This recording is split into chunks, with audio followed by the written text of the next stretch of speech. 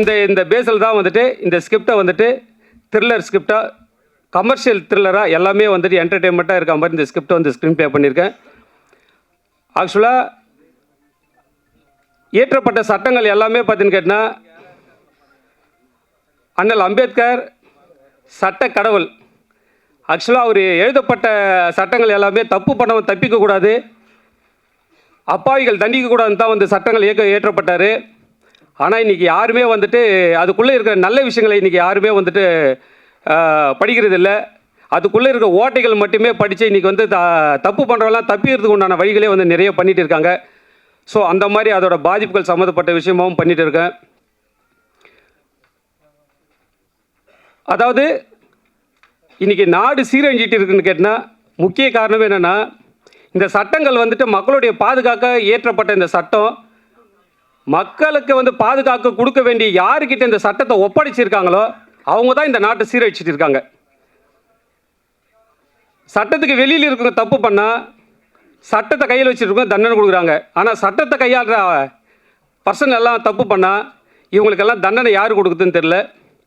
இதில் பாதிக்கப்பட்ட ஒருத்தனுடைய வேதனைகள் வழிகள் தான் இந்த படமாக பண்ணியிருக்கேன்.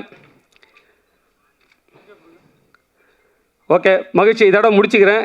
என்னுடைய நன்றி உரையெல்லாம் நான் அதுக்கப்புறம் இது பண்ணியிருக்கேன். வள்ளுவன் இந்த குரலோட பேஸில் தான் வந்து இந்த ஸ்கிரிப்டை பண்ணியிருக்கேன். ட்ரெய்லர் பார்த்துருப்பீங்க.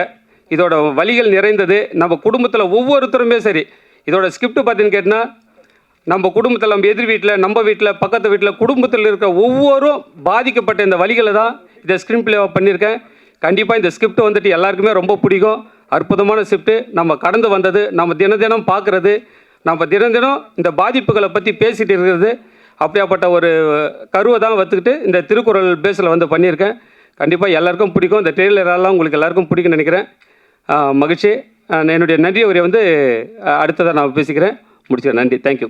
ட்ராலி தள்ளவங்கலேருந்து சாப்பாடு போட்டவங்கலேருந்து ஆக்ட் பண்ணதுலேருந்து எல்லாருக்கும் என் நன்றியை தெரிவிச்சுக்கிறேன். இது எங்களுக்கு ஒரு மோட்டிவாக இருக்குது. அடுத்த படம் எடுப்போம்னு.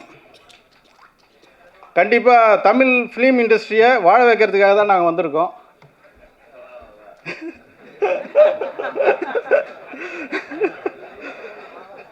இல்லை, ஆக்சுவலாக வந்து எங்களோட பிளான் வந்து கன்னட படம் தயாரிக்கணும்னு தான் partner Shailu சொன்னாப்பல.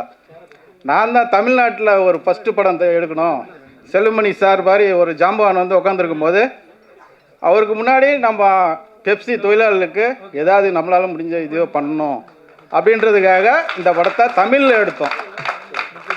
Proud to be I am a தமிழன். வாய்ப்புக்கு நன்றி.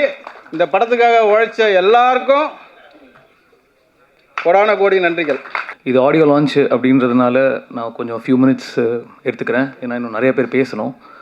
இந்த படத்தோட ஆப்பர்ச்சுனிட்டி எனக்கு கிடச்சது வந்து இந்த ஹீரோனால். அவர் தான் என்னை ரெஃபர் பண்ணார். So thank you sir. ஃபஸ்ட்டு அவர் என்னை ரேண்டமாக கால் பண்ணி என்னோட முந்தின படங்கள் பார்த்துட்டு ரெஃபர் பண்ணார்.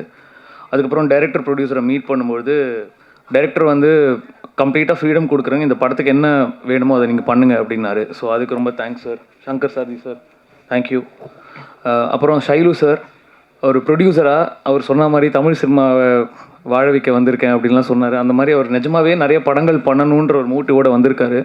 ஸோ அப்படி வரும்பொழுது நிறைய புதியவர்களுக்கு வாய்ப்பு கொடுங்க, மியூசிக்கு பொறுத்த வரைக்கும் நிறைய பேருக்கு சான்ஸ் கொடுங்க அப்படின்ற மாதிரி சொன்னார்.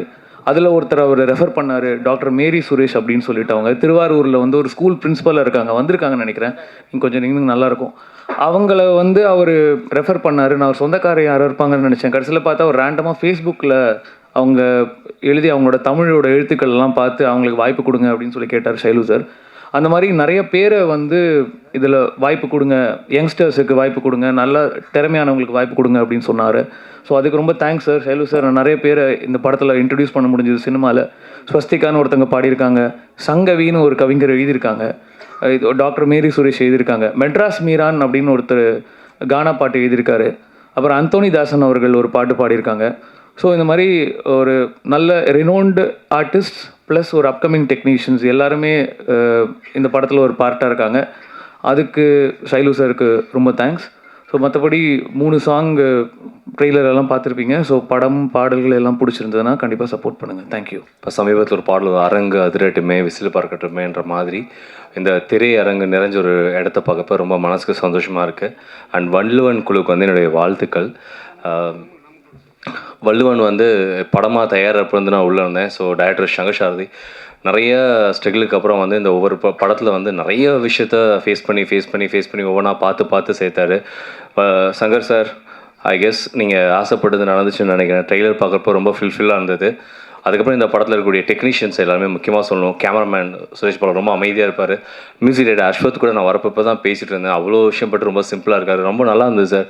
பர்டிகுலராக அந்த லாஸ்ட் சாங் எனக்கு ரொம்ப பிடிச்சிருந்தது. அப்புறம் எடிட்டிங் ரொம்ப நல்லா இருந்தது. டெக்னீஷியன்ஸ் சொல்லணும். அப்புறம் மேனேஜிங், இந்த படத்தில் வந்து ஒர்க் பண்ண தயாரிப்பு நிர்வாகிகள் எல்லாமே வந்து நண்பர்கள் தான் வந்து குழுவாக சேர்ந்து பண்ணியிருக்காங்க. ஸோ டெக்னிக்கல் வைட்ஸ் பாஸ்கரனாலேருந்து மாரியப்பன் எல்லாமே ரொம்ப நல்லா பண்ணியிருந்தாங்க. கோஆர்டினேஷனே ரொம்ப அழகாக இருந்தது இந்த படத்தில். அதுக்கப்புறம் ஆர்டிஸ்ட்டு சொல்லணும், சேடன் வாவ், எமோஷன்ஸ் ரொம்ப அழகாக டெலிவர் பண்ணியிருந்தீங்க. எனக்கு அந்த சாங், அந்த லாஸ்ட் சாங் இன்னும் எனக்கு கண்ணிலே நிற்கிது. யூடியூப் மேம், எங்களுடைய தமிழ்நாட்டோட ஐஸ்வர்யா ராயின்னு சொல்லுவோம். உங்களை ரொம்ப அழகாக இருக்கீங்க ஃப்ரேமில், இன்னும் அழகாக. இந்த படத்தில் இருந்த டெக்னீஷியன்ஸ் எல்லாருக்குமே என்னுடைய என்ன சொல்லலாம்னா ப்ரேயர்ஸ். இன்னொன்று நீங்கள் நிறைய பெரிய இடத்துக்கு வரணும். அதை தாண்டி ஒரு பெரிய விஷயம் சொல்லணும்னா ப்ரொடியூசர்ஸ் ஷைலு அண்ணா, ராஜு அண்ணா, பாலா அண்ணா எல்லாருமே வந்து ஆஸ்திரேலியன் சிட்டிசன். அவங்க எல்லாமே பார்க்குறப்போ அப்படி தான் பேசுவாங்கன்னு பார்த்தா அப்படி இல்லை. ரொம்ப சிம்பிளாக கலோக்கியலாக அந்த இப்போ எப்படி பேசுனாரோ அது மாதிரி தான் எப்போ லைவாக இருப்பாங்க. பாலாவாக இருக்கட்டும், ஷைலு அண்ணா, ராஜு அண்ணா, அவங்க ப்ரொடக்ஷன் ஹவுஸில் போனாலே அவ்வளோ பாசிட்டிவாக இருக்கும். இப்போது பாலா நான் வந்தோடனே ஒரு வார்த்தை சொன்னார், இந்த படத்தை எடுத்தவங்களுக்கும் சாப்பாடு போட்டவங்களுக்கும் நன்றி அப்படின்னு. அது உள்ளேருந்து வந்தது. ஏன்னா ஆக்சுவலாக வந்து ப்ரொடக்ஷன் அவங்களோட ப்ரொடக்ஷன் அந்தளவு இருந்தது. எல்லோரும் யார் வேணால் வந்தாலும் என்ஜாய் பண்ணி சாப்பிடணும் எல்லான்ற அதை தான் திருப்பி சொல்லிட்டே இருப்பார். படம் நீங்கள் எப்படி எடுங்க சங்கர், பிரச்சனை இல்லை, வந்தவங்களாம் நல்லா சாப்பிடணும், என்ஜாய் பண்ணணும். மெயினாக வந்து சம்பளம் கரெக்டாக ஆன் டைமுக்கு போகணும் ஒரு ப்ரொடக்ஷன். எனக்கு நல்லா தெரியும். ஷைலு அண்ணா, தேங்க்ஸ் ஃபார் தட். எல்லாருக்கும் கரெக்ட் டைமில் பேமெண்ட் ரிலீஸ் ஆகிட்டே இருந்தது. அது ரொம்ப சந்தோஷமாக இருந்தது பார்க்குறதுக்கு. தேங்க்யூ. இந்த படத்தில் ஒர்க் பண்ண எனக்கு சான்ஸ் கிடச்சி மிஸ் ஆகிடுச்சுன்னு என்னன்னு தெரியல. எனிவே அடுத்தடுத்து அவங்களோட ப்ரொடக்ஷனில் ஒர்க் பண்ண வாய்ப்புகள் இருக்குன்னு நம்புகிறேன். வந்திருக்க கெஸ்ட் எல்லாருக்கும் நன்றி. இந்த அரங்குக்கு வந்திருந்த எல்லாருக்கும் நன்றி. இந்த மாதிரி இன்னும் தேட்டரும் இந்த மாதிரி ஃபுல்லாகி அவங்க கலெக்ஷன் நல்லாகி அவங்க சொன்ன மாதிரி இன்னும் நிறையா படங்கள் எடுக்க அறுபடை வீடு முருகனே நான் வேண்டிக்கிறேன். நன்றி, வணக்கம். வள்ளுவன் தன்னை உலகனுக்கே தந்து வான்போல் கொண்ட தமிழ்நாடு. வள்ளுவன் தன்னை உலகத்துக்கு தந்து வான்புழ கொண்ட தமிழ்நாடு இது. அந்த வள்ளுவன் பெயரை அருமை தம்பி சங்கர் சாரதி தன்னுடைய படைப்புக்கு எண்ணமும் இயக்கமும் அவரே. அவர் வைத்த பெயர் வள்ளுவன். வள்ளுவர் அவர் ஒரு உதாரணம் அவருக்கு வேண்டிய கதைக்கு சொன்னார், கொலை பண்ணுறது நியாயம்னு. ஆனால் அதே வள்ளுவர் சொன்னார், இன்னா செய்தாரை ஒருத்தல் அவர் நன்னயம் செய்து விடல். இன்னா செய்தாரை, உனக்கு ஒருத்தர் கெடுதல் பண்ணா அவங்களுக்கு திருப்பி நன்மையை பண்ணு. இயேசுபிரான் ஒரு கண்ணத்தில் அடித்தா இன்னொரு கண்ணத்தை காட்டுனார். நம்ம தமிழில் அடியை வாங்கினா அமைதியாக சரின்னாங்க. வள்ளுவன் துன்பம் செய்தவனுக்கு நீ இன்பம் செய் என்று சொன்ன வள்ளுவன் பெயரை வைத்து கொலைகார படம் எடுத்திருக்கார். அந்த வள்ளுவன் கொலை பண்ணுறான். எனக்கு ரொம்ப வித்தியாசமாக இருந்தது வள்ளுவன். ஆனால் தம்பி என்ன பாராட்டணும்னா, இன்றைக்கி பூரா இந்த 2 வருஷத்தில் பார்த்தீங்கன்னா எல்லா படமும் 75% இங்கிலீஷ் டைட்டில், எல்லாம் இங்கிலீஷ். தமிழே காணாமல் போயிடுச்சு. இது தமிழ்நாடான்ற கேள்வியே வந்துடுச்சு, இங்கிலீஷ்.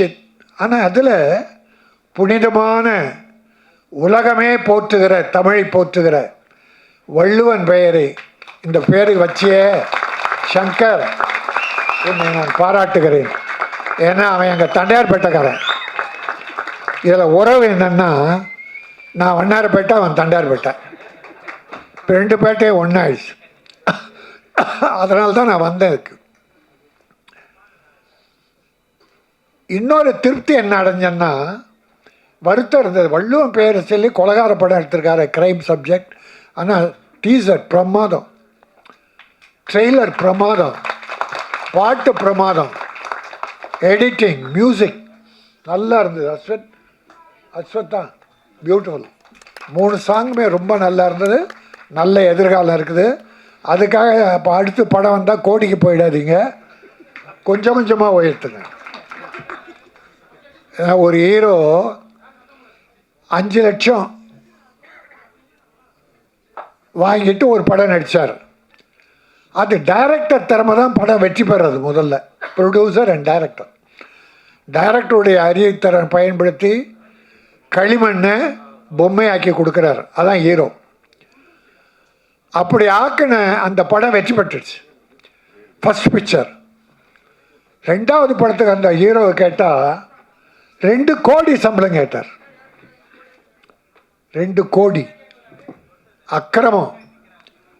அதனால் ஒரு நியாயம் என்ன இருந்தாலும் ப்ரொடியூசரை வாழணும்.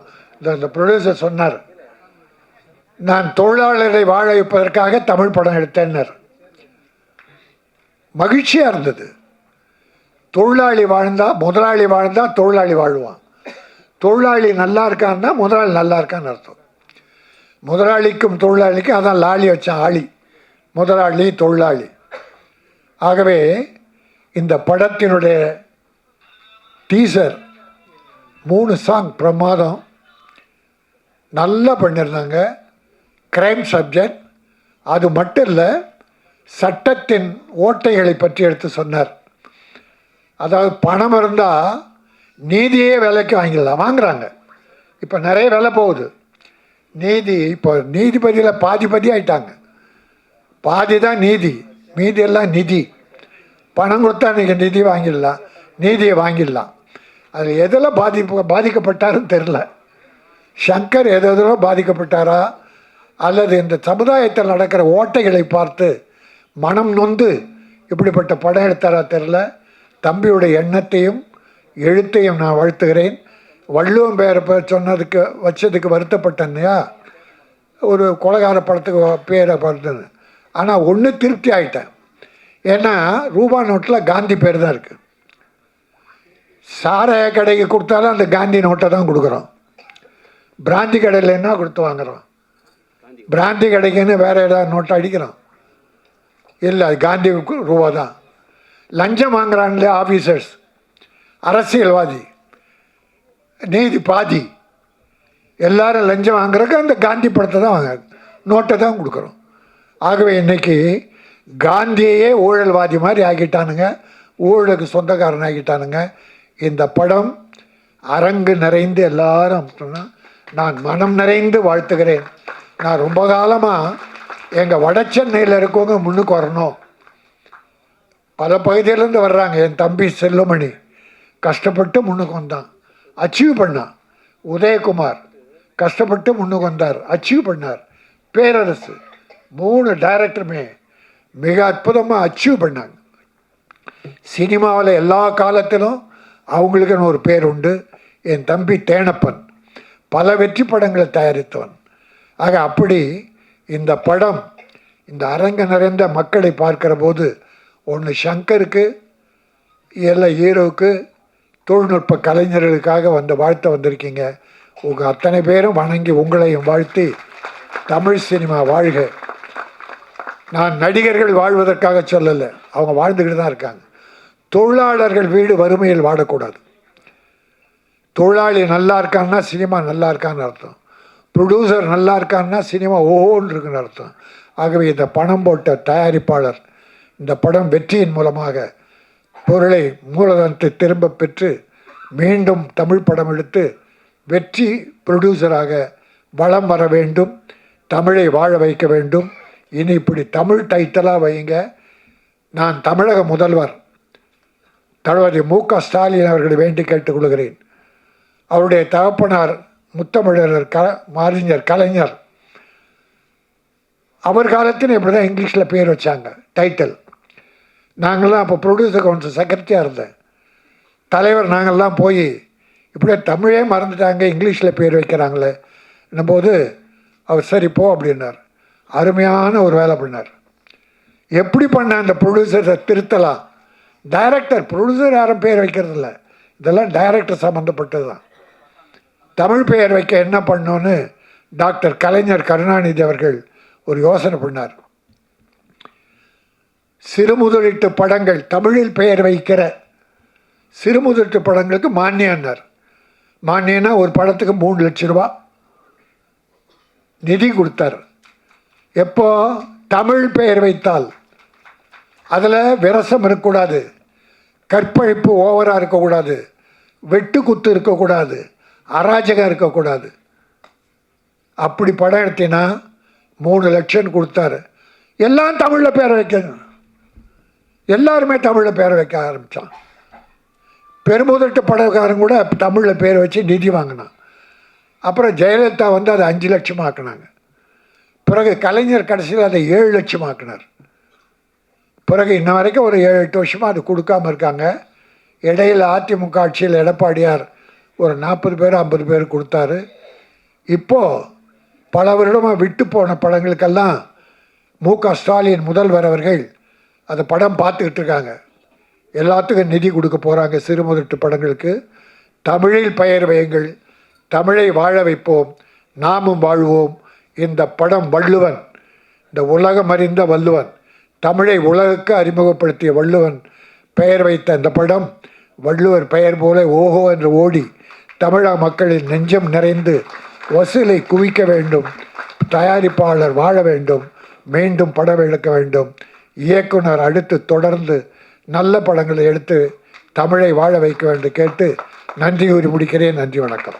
இது என் தம்பிங்க. இவன் படத்துக்கு நம்ம வரலைன்னா நான் தாண்டா பேசுவேன்னு சொன்னேன். அதே 5 பேர்த்த கழிச்சிட்டு அப்புறம் கூப்பிட்றான். கொஞ்ச நேரம் உங்களை உட்கார வைக்க. ஆமாம், நான் வேறு மாவட்டத்துலேருந்து வந்துட்டுருக்கேன். இப்போ இந்த மலையில் திருப்பி அவ்வளோ தூரம் போகணும். நானும் பேரரசு வந்து செங்கல்பட்டு மாவட்டத்தில் இருக்கிறோம். ஒரு மிக சிறப்பான ஒரு ட்ரெய்லரை பார்த்தோம். ராஜன் சார் உண்மையை கரெக்டாக சொன்னார். இன்னா செய்தாரை ஒரு தலைவர் நான் நன்னையும் செய்து விடல். அது வந்து சும்மா தப்பு பண்ணுறவங்க நம்மளுக்கு ஏதாச்சும் இப்போ நம்ம போகிற போக்கில் டப்புன்னு பின்னாடி ஒன்று அடித்தான்னா அவன் நம்ம அடிக்காமல் போகிறது நான நன்னையும்.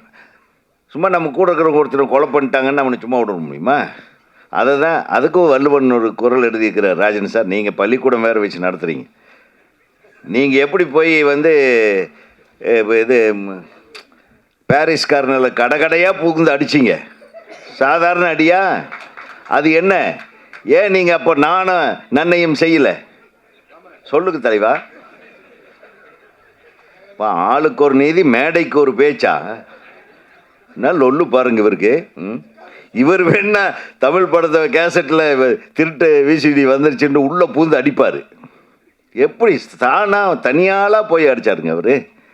அந்த அளவுக்கு வந்து திரைப்பட உலகத்தின் மேலே ஒரு நல்ல இது. அதே மாதிரி தான் இந்த சமுதாயத்து மேலே ஒரு நல்ல எண்ணம். சமுதாயத்தை வந்து நல்லபடியாக நம்ம கொண்டு வரணுன்னா தப்பு செய்கிறவன அங்கங்கே தண்டிக்கணும். அதுக்கு திருவள்ளுவர் இழுத்துட்டான். ஏன்னா இல்லைன்னா சென்சாரில் மாட்டிக்குவான். இவன் விவரமான நாள் தான். வள்ளுவரே சொல்லிட்டாருங்க. வள்ளுவர் பாருங்கள், எல்லாருமே நம்ம கொண்டாடுறோம். ஏங்க சென்சார் நம்ம போலீஸ் இருக்கும்போது நீ போலீஸுடைய இடத்துல நீ இன்னொருத்தனை கொலை பண்ணக்கூடாது அப்படின்னு சொல்லுவோம். போலீஸே குற்றவாளியாக இருந்தால் என்ன பண்ணுறது? பண்ணுற நீ எது பண்ணாலும் ஓகே. ஆக மொத்தம் இயக்குனர் சங்கத்திலேருந்து தைரியமாக ஒருத்தன் வள்ளுவனை வச்சு கத்தியோட ஒரு வள்ளுவனை கொண்டாந்துருக்காங்க. கத்தி துப்பாக்கி. இப்போ அவங்கெல்லாம் வந்து இப்போ வர்ற படங்களில் பார்த்தீங்கன்னா நம்ம கண்ணிலேயே பார்க்காத ராக்கெட் லான்ச்சர்லாம் வச்சுட்டு சுடுறாங்க பெரிய பெரிய ஹீரோக்கள்லாம். அதை விட இது எவ்வளோ பெட்ரு. ஏதோ இங்கிலீஷ் படத்தில் பார்த்துட்டு அப்படியே கொண்டாந்து தமிழ்நாட்டில் அது என்னென்னு ஒரு பையன் கேட்குறச்சாங்க. அதுக்கு கருப்பாக ஒரு உருண்டையாக இருக்குது என்னன்னு எனக்கும் தெரியலப்பா. அதுலேருந்து ஏதாச்சும் புகை வந்ததுன்னா அதுக்கு ஏதாவது சுடுறாங்க போல் இருக்கு. பெரிய துப்பாக்கின்ட்டேன். ஸோ இந்த மாதிரி நமக்கு தெரியாத விஷயங்களெல்லாம் வச்சு வன்முறைகளை காட்டுறதுக்கு இந்த சினிமாக்களில் காட்டுற இந்த நேரத்தில் வள்ளுவனுடைய திருக்குறளை எடுத்து இன்றைக்கு நடக்கிற சில தேவையில்லாத கொலைகள், கற்பழிப்புகள், இந்த தேசத்தில் எப்படி வந்து பெண்களுக்கு வந்து இன்னும் பாதுகாப்பு இல்லை. தமிழ்நாட்டில் மட்டும் இல்லை, த்ரூ அவுட் இந்தியா அப்படி தான் இருக்குது. ஸோ அதிலிருந்து நம்ம சொல்கிறோம் பெண்கள் வந்து தைரியசாலிகள். என்ன தான் தைரியசாலிகள்? தன்னந்தனியாக ஒரு பொண்ணு வரும்போது ஒரு 4 பேர் வந்தாங்க, எப்படி தைரியம் இருக்க முடியும்? அப்புறம் பெண்களுக்கு கையில் துப்பாக்கியோடு போகணும், இல்லைன்னா கத்தியோடு போகணும். கத்தியோட பெண்கள் போனாலும் பரவாயில்ல, அந்த கத்தி குத்து தெரியணுமில்ல குழந்தைங்களுக்கு. அப்புறம் அதுக்கு ட்ரைனிங் கொடுக்கணும். இதெல்லாம் சொல்லியிருக்கியா? சொல்லியிருந்தாலும் சொல்லியிருப்பேன், நீ நம்ப முடியாது. நீ பயங்கர வன்முறையாளனாக இருப்ப போல் இருக்கே. மிகச்சிறந்த ஒரு கருத்தை தான் நீங்கள் எடுத்திருக்கீங்க. இந்த படத்தில் உன்னுடைய இயக்குனர் டெக்னிக் நல்லா இருந்தது. டைரக்டராக நீங்கள் இவ்வளவு கூட்டமும் வந்து உங்களை வந்து பாராட்ட வந்திருக்கும்போது நீ ஜெயிச்சிட்டேன்னே நான் நினைக்கிறேன். ரொம்ப சந்தோஷம். என்னை பொறுத்தவரையிலும் இயக்குனர் சங்கத்திலேருந்து ஒரு இயக்குனர் சாதிக்கிறாருன்னா அது எங்கள் சங்கத்துக்கு பெருமை, எங்களுக்கு பெருமை. அதே மாதிரி காலையிலேருந்து இங்கே தியேட்டர்லேயே இருந்துகிட்ருக்கிற என்னுடைய நண்பர்கள் பத்திரிகையாளர் முதல்ல வந்த உடனே என் காதை கடிச்சாங்க. என்னப்பா சீக்கிரமே வந்துட்டீங்க, சீக்கிரமே விட்ருங்க, மழை காலமாக இருக்குன்னாங்க.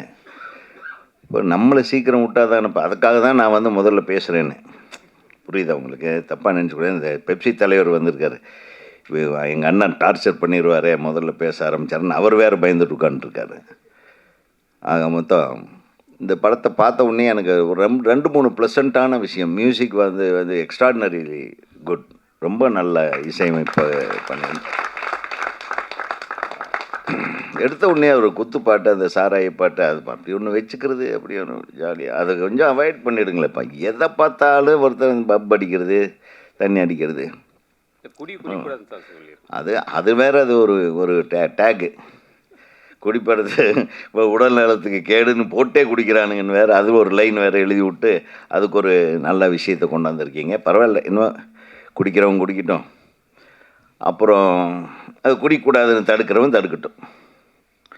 இதெல்லாம் கவர்மெண்ட் வேலை. அதுக்கப்புறம் பார்த்தா அந்த ஹீரோயின் ரொம்ப அழகாக இருந்தது. ஹீரோயின் இங்கே வராதது நம்ம பேரரசுக்கு ரொம்ப குறையாக இருக்குது. வந்திருக்காங்களா? இங்கே வந்துட்டாங்களா? பக்கத்தில் இல்லாதது குறையாக இருக்கு. நான் ஏதாச்சும் சொன்னேன்னா இதோ வந்திருக்காங்கன்றதா? அப்போ அவருக்கு தெரிஞ்சு. ஸோ ரொம்ப நல்லா நடிச்சிருந்தீங்க 2 பேருமே. ரொம்ப கெமிஸ்ட்ரி நல்லா ஒர்க் அவுட் ஆகிருந்தது.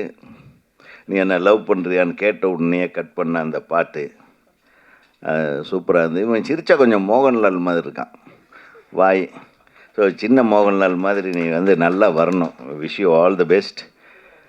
ரொம்ப ரொம்ப நல்லா இருந்தது. ப்ளசண்ட்டான ஃபேஸு, நல்லாவும் நடிக்க வச்சுருக்காருன்னு நினைக்கிறேன். நல்ல வசனம் பேசுகிறீங்க, தமிழில் பேசுகிறீங்க 2 பேரும், ரொம்ப சந்தோஷம். அப்புறம் இங்கே மேடையில் இன்னொரு மிகப்பெரிய நடிகர், மலையாளத்திலேருந்து ஆரம்பித்து தமிழ்லையும் கலக்கிட்டு இருக்கிற தேனப்பன் நடிகர் அவர்களே. ஏன்னா அவர் என்னை பற்றி எதுவுமே நடிப்பை பற்றி பேசலைன்னு அவர் பின்னாடி வந்து என்னை திட்டிட போகிறான்றதுக்காக. ஏன்னா இப்போ அவர் தயாரிப்பாளர்லாம் இல்லை, பல தயாரிப்பாளரை காப்பாற்றுங்கிற நடிகராக மாறிட்டார். ஆக தேனப்பன் அவருக்கு நீங்கள் நடிச்சிருக்கீங்களா இதில்? பரவாயில்ல, நீங்கள் நடிக்காத ஒரு படத்துக்கு இங்கே வந்து இவ்வளோ நேரம் உட்காந்துருக்கிறது பெரிய விஷயம். ஏன்னா பெரிய நடிகர்களுக்கெல்லாம் டேட்டு கிடைக்கிறது, டைம் கிடைக்கிறது கஷ்டம் இல்லையா செல்வா? ஆமாம், இது ரொம்ப நன்றி சார். எங்கள் இயக்குனர் சங்க உறுப்பினருக்காக நீங்கள் வந்து மேடையில் இவ்வளோ தூரம் இருந்தது நன்றி. தம்பிக நிறைய பேர் இந்த படத்தில். அப்புறம் பரத் வந்திருக்காரு, அவர் நட்புக்காக வந்திருக்காரு. கரெக்டாக பரத் சார்? ஒரு மிகச்சிறந்த நடிகர் அவர். பரத் டான்ஸ் ஆடினா வந்து தமிழ்நாடே ஆடும், அந்த மாதிரி அவர் one of the very finest artist. அவர் இந்த வருஷம் ஒரு மிகப்பெரிய படத்தை பண்ணணும் அப்படின்னு நான் எங்கள் சங்கத்து சார்பாக, பக்கத்துலேயே உங்கள் டைரக்டர் ஒருத்தர் உட்காந்துருக்காரு, அவரை வச்சே நீங்கள் பண்ணலாம். திரும்பவும் இன்னொரு படம் பண்ணுங்கள், பழனி மாதிரி. இன்னும் நிறைய ஊர் பேர் அப்படியே யூஸ் பண்ணாமல் இருக்காங்க. டைரக்டருக்கு ரொம்ப குஷி ஆகிடுவார் அவர். போகிற போக்கில் டைட்டில் அப்படியே பைக்கில் போயிட்டுருக்கும்போது இப்படி பார்ப்பார், காரில் போயிட்டுருக்கும்போது இந்த ஊர் பேர் வச்சிடலாம், இந்த ஊர் போகிற வழியில் டைட்டில் வைக்கிற ஒரே ஆள் நீங்கள் தம்பி பேரரசு தான். ஏன்னா செல்வமணி சார் சொன்னீங்கன்னா அவர் யோசனை பண்ணால் கொஞ்சம் கிராண்டியர், அவர் கொஞ்சம் பெரிய ஆர்டிஸ்ட் வேணும் செல்வமணி சாருக்கு. அவருக்கு நம்மளுக்கு ஒரு வயக்காடு இருந்தால் போது, படத்தை முடிச்சுட்டு வந்துடுவேன். வயக்காடு, 4 ஆடு மாடு, ஒரு பின்னாடி ஒரு நல்ல அழகான ஒரு மலை, ஒரு ஆறு, இவ்வளோ தான் நம்ம லொக்கேஷன். ஸோ ஆமாம், கூட்டு வண்டி இப்போ கட்ட வண்டி இருந்தாலும் பரவாயில்ல. ஸோ அதாவது ரொம்ப வந்து சீரியஸாக பேசி பேசி இந்த சினிமாவில் நம்ம திருத்த போகிறோம், நம்ம வாழ வைக்க போகிறோம். இப்போ தயாரிப்பாளர் சொன்னார், உங்கள் தமிழ் சினிமாவை வாழ வைக்கிற பாவம் அவருக்கு. அவர் தெரியல, நம்ம தமிழ் சினிமாவுக்காகவே தான் பண்ணணும் அப்படின்றதுக்காக அவர் சொல்கிறத தப்பாக சொல்லிட்டாரு. அவரு தமிழ் சினிமாவை வாழ வைக்கிறதுக்காக தான் நாங்களும் கஷ்டப்பட்டுருக்குறோம். ரொம்ப கஷ்டப்படுறவர் செல்வமணி சார். ஏன்னா தினம் தினம் பஞ்சாயத்து, தினம் தினம் இந்த சினிமாவுக்கு வேற ஒரு லெவலுக்கு நம்ம சினிமாவை கொண்டு போவோம். வெளிநாடுகள்லாம் பார்த்தீங்கன்னா நம்ம ஒரு டிக்கெட் வாங்கும்போதே அந்த டிக்கெட் காசில் ஹீரோவுக்கு ஒரு பர்சன்டேஜ் சம்பளம் போயிடும், டைரக்டருக்கு ஒரு பர்சன்டேஜ் போயிடும், நடித்த நடிகர்களுக்கு போயிடும், டிஸ்ட்ரிபியூட்டருக்கு போயிடும், தயாரிப்பாளருக்கு காசு போயிடும். ஒரு டிக்கெட் நம்ம வாங்கும்போதே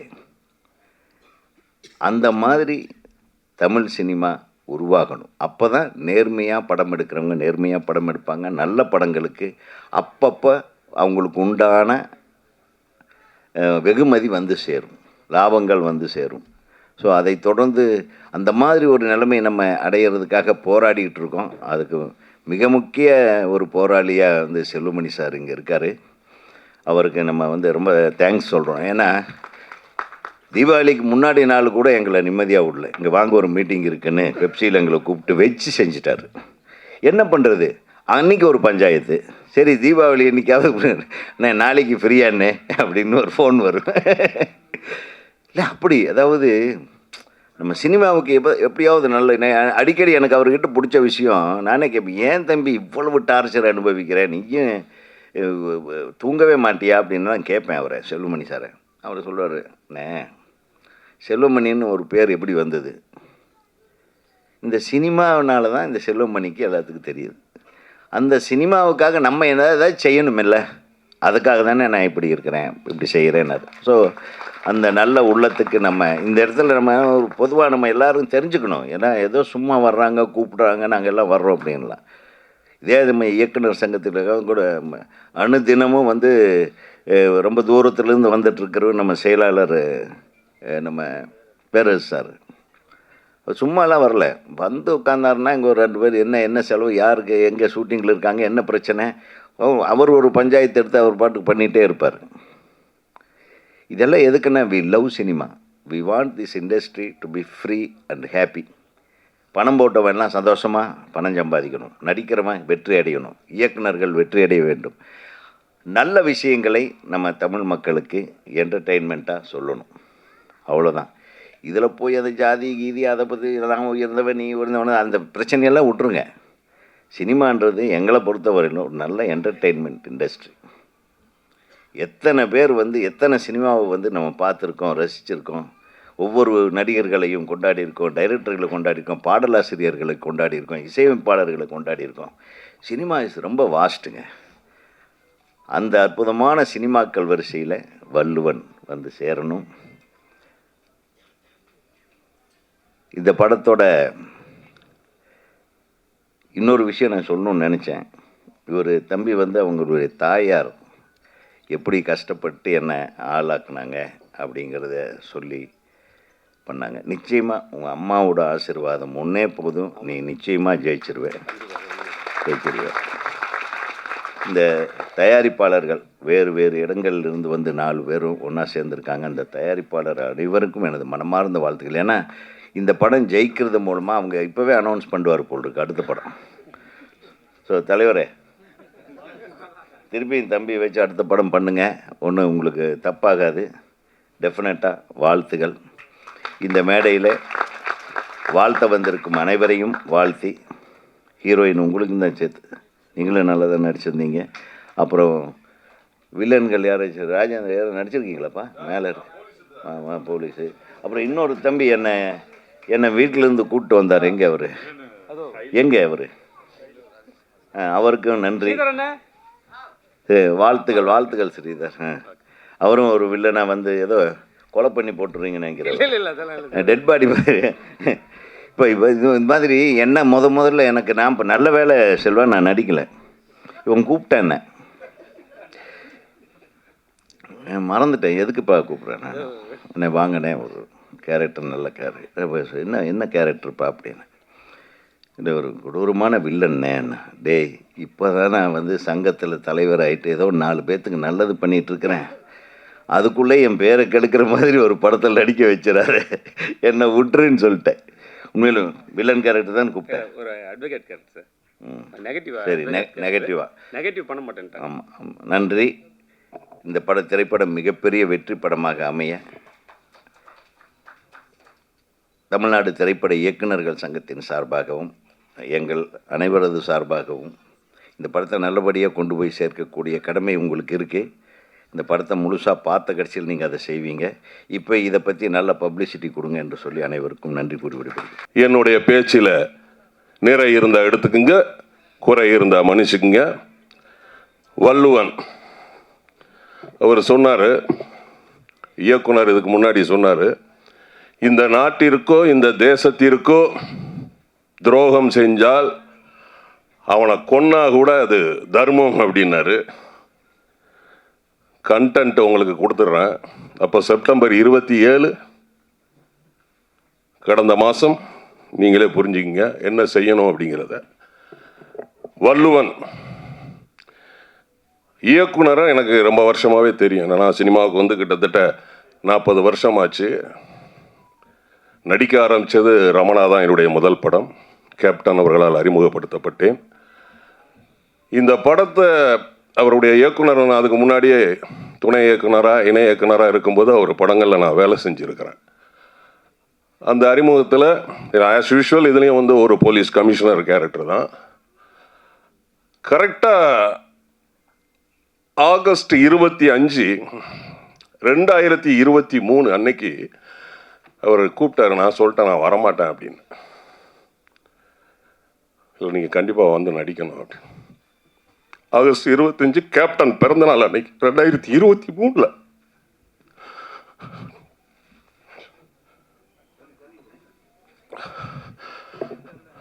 நான் சொன்னேன் சார் நான் வரலைங்க அப்படின்னு. இல்லை நீங்கள் கண்டிப்பாக அந்த கேரக்டர் பண்ணணும் அப்படின்னு. அப்போ நான் சொன்னேன் 2 மணிக்கு மேலே நான் வரேன் அப்படின்னு. தலைவர்கிட்ட போய் ஆசீர்வாதம் வாங்கிட்டு 2 மணிக்கு தான் நாங்கள் போய் நடித்தேன். என் வாழ்க்கையில் இந்த படம் மறக்கவே முடியாது. வள்ளுவன் அருமையான, எல்லாரும் சொன்ன மாதிரி ஒரு தமிழ் டைட்டில். அதோட இயக்குனருக்கு என்னுடைய வாழ்த்துக்கள் மற்றும் இசையமைப்பாளர் அஸ்வத் அவர்களுக்கும் என்னுடைய வாழ்த்துக்கள். டெக்னீஷியன் அனைவருக்கும் என்னுடைய வாழ்த்துக்கள். சினிமா அப்படின்னா தெரியும், ஏன்னா நாங்கள் தியரி படிச்சிருக்கிறோம் ஃபிலிம் இன்ஸ்டியூட்டில். சினிமா அப்படிங்கிறதுக்கு அர்த்தம் வந்து கேமரா. 1839 வருஷம் கண்டுபிடிக்கப்பட்டது இந்த சினிமா. 1878 மறு உருவம் வந்தது இந்த சினிமாவுக்கு. Charles, Thomas Alva Edison, Lumière brothers இவர்களால் உருவாக்கப்பட்ட இந்த சினிமாவில் இந்தியாவில் 1918 தாதா சாஹிப் பால்கே அவர்கள் ராஜா ஹரிச்சந்திரா அப்படின்னு ஒரு படத்தை முதலாக உருவாக்கினார். தமிழில் நடராஜ முதலியார் அவர்கள் உருவாக்கினார். நம்ம படிச்சிருக்கிறோம் சினிமாவில். காளிதாஸ் நம்மளுடைய முதல் திரைப்படம் 1931. ஃபஸ்ட்டு உலக சினிமா படம் ரவுண்டே கார்டன் சினிமா சீன், ரவுண்டே கார்டன் சீன். இதை ஏன் சொல்ல வரேன்னா, இந்த சினிமாவில் நீங்க நான் எல்லாரும் இருக்கிறது கடவுளின் வரப்பிரசாதம். சினிமா வந்து சாதாரண விஷயம் கிடையாது.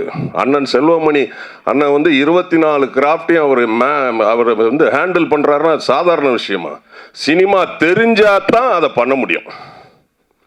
அதை பண்றார் அண்ணன் செல்வமணி அவர்களும் சரி, இயக்குனர் சங்க தலைவர் அண்ணன் ஆர்வி உதயகுமார் ஆகட்டும், அப்புறம் இயக்குனர் அண்ணன் பேரரசு அவர்கள். நான் நிறைய படங்கள் பண்ணால் கூட இனிய ஈஸியாக கொண்டு போய் சேர்த்து விட்டது வந்து அண்ணன் படம் தான், திருப்பாச்சி தான். பேசாமல் ஊருக்கு வந்தமா போனோமா இல்லாமல் வீணா எங்கள் ஊர் கோயில் விஷயத்தில் தலைவரே, எங்கள் ஆத்தாளுக்கு ஒரு ஆளை வெட்டுறது ஒன்று தான், 10 ஆடை வெட்டுறது ஒன்று தான் அப்படின்னு ஒரு அருமையான ஒரு படத்தை எனக்கு கொடுத்து, அதுக்கு பிறகுதான் நான் நிறைய படங்கள் நடிக்க ஆரம்பித்தேன். பேரரசு சார் இந்த நேரத்தில் இந்த மேடையில் நன்றி தெரிவிச்சுக்கிறேன். அதனால் சினிமாவில் நாம் இருக்கிறது சாதாரண விஷயம் கிடையாது. அந்த சினிமாவில் நீங்கள் நான் இருக்கிறது கடவுளுடைய வரப்பிரசாதம், கொடுப்பினை. இந்த மாதிரி தயாரிப்பாளர்கள், ராஜேந்திரன், 2 ராஜேந்திரன் இருக்கிறாங்க தயாரிப்பாளரில். பாலச்சந்திரன் ஒருத்தர் இருக்கிறாரு, சேத்தன் கவுடாவா இன்னொரு தயாரிப்பாளர், இளம் தயாரிப்பாளர். ஸோ இவங்கெல்லாம் அவங்க முதலே சொல்லிட்டு போனார், நாங்கள் வந்து தமிழ் சினிமாவை வாழ வைக்கிறோம். ஏன்னா அவங்க அந்த உச்சரிப்பு கொஞ்சம் வார்த்தைகள் மாறினோன்னு அந்த மேடையில் அது வந்து ஒரு நகைப்பாகி போச்சு. பட் அவங்க உள்ளார்ந்த அந்த மனசுக்குள்ளே என்ன வச்சுருக்காங்க அப்படிங்கிறது அதுக்கப்புறம் வந்து தெளிவாக அண்ணன் ஆர்வி தேவகுமாரன் அதை பேசினாங்க. சினிமா, அது ரமேஷ் கண்ணா நான் சொன்ன மாதிரி உங்கள் அம்மா எங்கள் அம்மா கிடையாது, அது சினிமா அப்படின்னு சொல்லி ஒரு படத்தில் சொல்லுவார். இந்த சினிமாவில் நாம் இருக்கிறோம். இந்த சினிமாவில் நம்மளுடைய சங்கர் சார், இயக்குனர் அவர்கள் மீண்டும் மீண்டும் நீங்கள் படம் கொடுக்கணும். அதே போல் தயாரிப்பாளர்களும் நீங்களும் மீண்டும் மீண்டும் இந்த படங்கள் எடுக்கணும். ஏன்னா நம்ம ஜெயிக்கிறதுக்கு உண்டான வழிகள் நம்ம பார்க்கணும். எங்கே விடுறோமோ அங்கே தான் நம்ம பிடிக்கணும். அதனால் தொடர்ந்து நீங்கள் தயாரிப்பாளர்கள் படம் எடுக்கணும். என்னோடு நடித்த சக கலைஞர்கள் அனைவருக்கும் என்னுடைய வாழ்த்துக்கள். ஏன்னா சங்கர் சார் வந்து சொல்லி ஆகணும், ஒரு எக்ஸ்பீரியன்ஸ் டைரக்டர், அவர்கிட்ட நம்ம வந்து நடிக்கிறது ரொம்ப ஈஸியாக இருந்தது.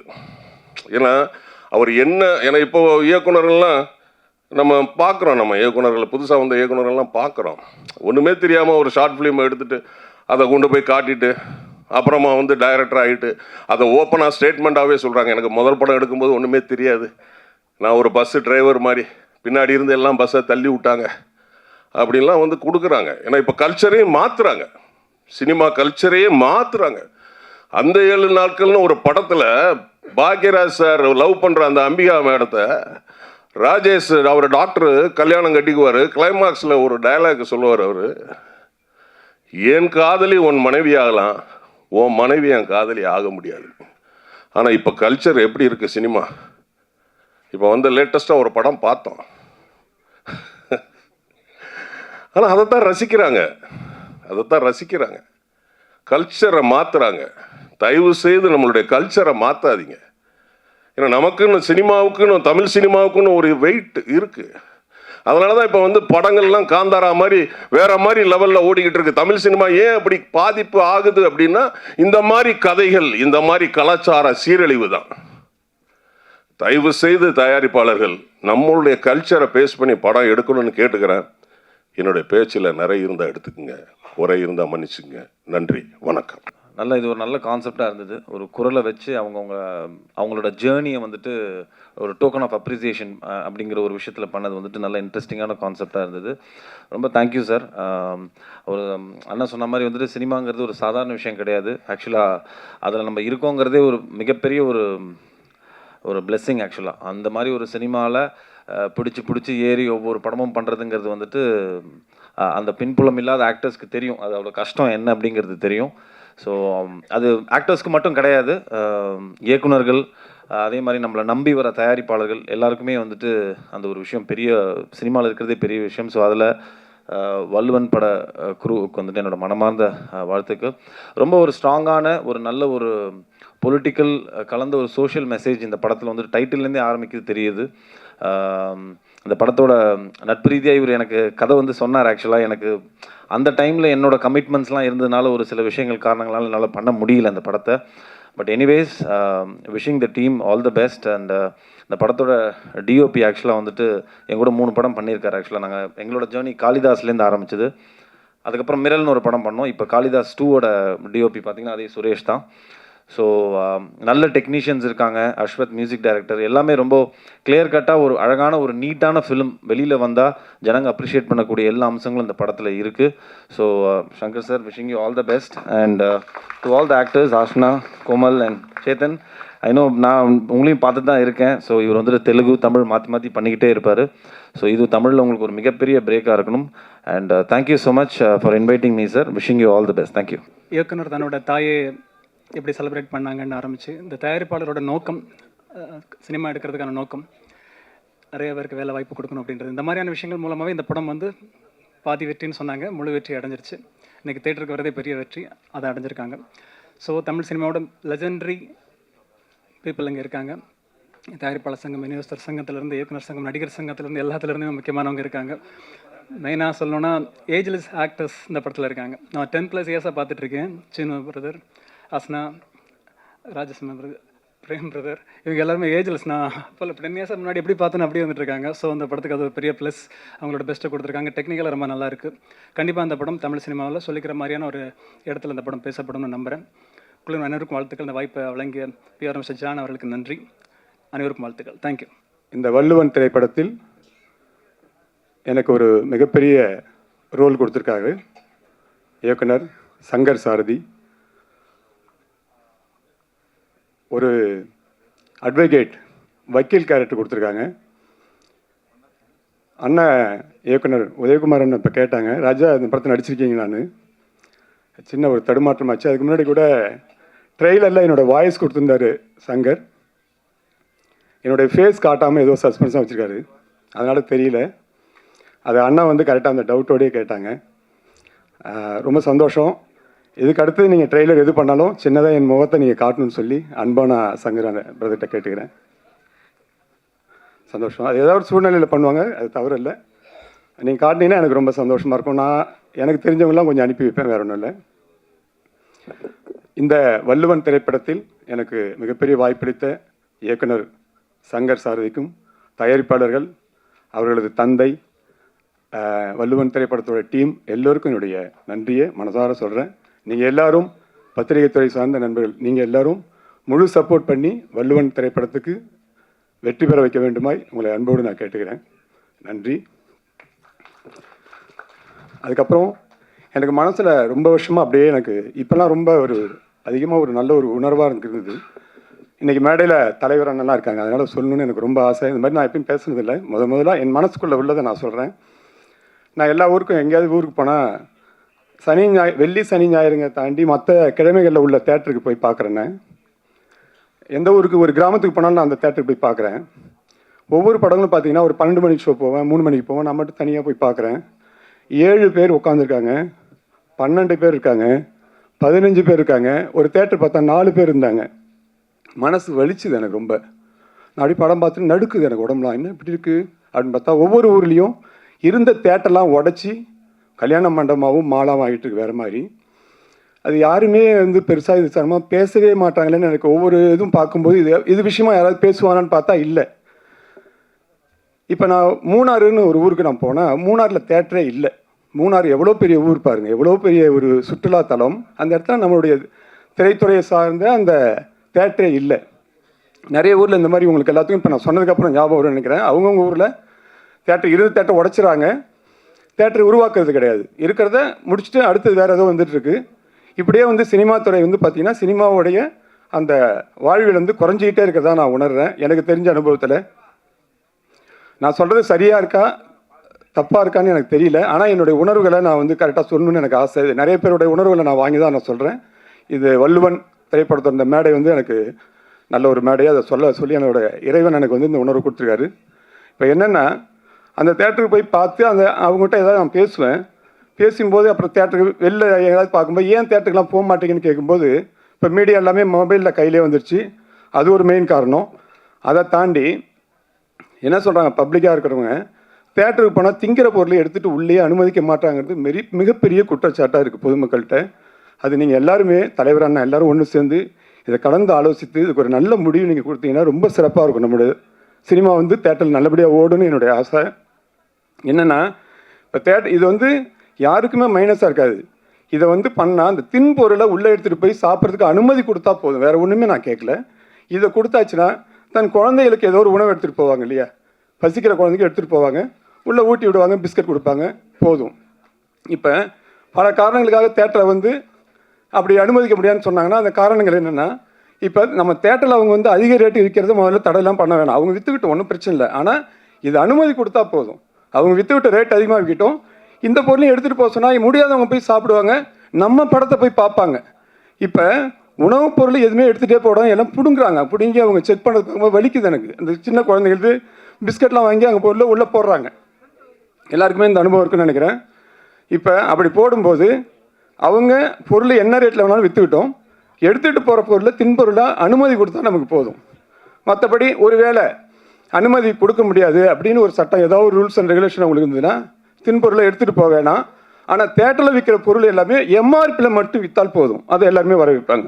இந்த 2 மட்டும் அண்ணன் செஞ்சீங்கன்னா எனக்கு ரொம்ப சந்தோஷமாக இருக்கும். இது ஏன்னா இது தலைவர் அண்ணெல்லாம் மேடையில் இருக்குது, எனக்கு ரொம்ப சந்தோஷமாக இருக்குது. நான் இப்போ சொல்கிறதுலேருந்து எல்லோரும் பாருங்கள், தேட்டரில் வந்து நிச்சயமாக டிக்கெட் ஏறும். சின்ன சின்ன படங்கள் பண்ணுறவங்களாம் ரொம்ப ரொம்ப கஷ்டப்படுறாங்க. இப்போ படம் பண்ணிடுறாங்களே வழியே திரும்ப ரிலீஸ்க்கு போகும்போது தேட்டரில் மெம்பர்ஸ் வரவே மாட்டாங்க. இது என்ன காரணம்? ரொம்ப உள்ளுக்குள்ளே நான் ஆராய்ந்து அவங்களோட கேட்டு அவங்க எல்லோருடைய உணர்வுகளை நான் பதிவு பண்ணுறதா நான் நினைக்கிறேன். அண்ணன் நிலையில் இது ஒரு நல்ல முடிவு எடுத்து நல்ல மாற்றத்தை கொடுத்தா சந்தோஷமாக இருக்கும். உணவுப் பொருளை பிள்ளைங்க ஃபேமிலியெல்லாம் தேட்டரில் எடுத்துகிட்டு போய் சாப்பிட்றதுக்கு அனுமதி கொடுத்தா போதும், வேறு ஒன்றும் நான் சொல்ல. அவங்க என்ன ரேட்டில் வேணாலும் பொருளாக விற்றுக்கிட்டோம், இதை மட்டும் மாற்றிக்கிட்டிங்கன்னா நல்லாயிருக்கும். நன்றி, எல்லாருக்கும் நன்றி. இந்த படம் ஃபஸ்ட்டு நான் சங்கர் வந்து என்கிட்ட கதை சொல்கிறதுக்கு முன்னாடி, கதை ஆரம்பிக்கிறதுக்கு முன்னாடி என்ன டைட்டில் வச்சுருக்கீங்கன்னா, ஃபஸ்ட்டு வந்து நான் க்ரைம் த்ரில்லர்னு சொல்லிட்டாரு. இதுக்கு என்ன டைட்டில் வச்சுருக்கீங்க அப்படின்னு கேட்டேன். வள்ளுவன்னாரு. அப்போவே நான் ஒரு 80% ஓகே சொல்லிட்டேன் இந்த டைட்டிலுக்காகவே. அப்புறம் கதை சொன்னார், எனக்கு ரொம்ப பிடிச்சிருந்தது. ஸோ அப்படியே எங்களுடைய பயணம் ஆரம்பிச்சது. இந்த படம் அதே மாதிரி எனக்கு இந்த வாய்ப்பளித்த டைரக்டர் அண்ட் அறுபடை ஃபிலிம்ஸ்க்கு என்னுடைய நன்றியை தெரிவிச்சுக்கிறேன். இந்த படம் வந்து க்ரைம் த்ரில்லர் தான், பட் ஒரு ஸ்ட்ராங் மெசேஜ் இருக்கும். ஒரு படம் முடிச்சுட்டு வெளில வரும்போது ஒரு இம்பேக்ட் இருக்கும். ஆஹா, இதெல்லாம் நடந்திருக்கு, ஆனால் பவர் இருக்கிறவங்க என்ன தப்பு பண்ணுறாங்க, அதை எப்படி தட்டி கேட்குறதுன்னு தெரியாமல் நம்மளாம் இருக்கும்போது அதை வந்து அதுக்கு ஒரு சால்வ் இருக்குது. இதில் அதுக்கான விஷயங்கள் இருக்குது. ஸோ அது நம்ம ஹீரோ தான் பண்ணுறாரு. ஸோ அதனால் ரொம்ப நல்லா இருக்கும். நல்ல படங்கள் நீங்கள் டெஃபினட்டாக கண்டென்ட் உள்ள படங்களை நல்லாவே வரவேற்கிறீங்க. ஸோ அந்த வகையில் இந்த படமும் பேசப்படும்ன்றதில் எனக்கு சந்தேகம் இல்லை. So I wish all good luck and this film should run. டெஃபினட்டாக ஓடுன்ற நம்பிக்கை இருக்குது. ஸோ நீங்களாம் ஊடகங்கள் இதை வந்து படம் ரிலீஸ் ஆகிறதுக்கு முன்னாடி பார்த்துட்டு பிடிச்சிருந்ததுன்னா நல்லபடியாக ப்ரொமோட் பண்ணிங்கன்னா ரொம்ப சந்தோஷம். வாய்ப்பளித்ததுக்கு மிக்க நன்றி. வலுவன் மூவி ஆடியோ லான்ச்சில் இருக்கிறாது.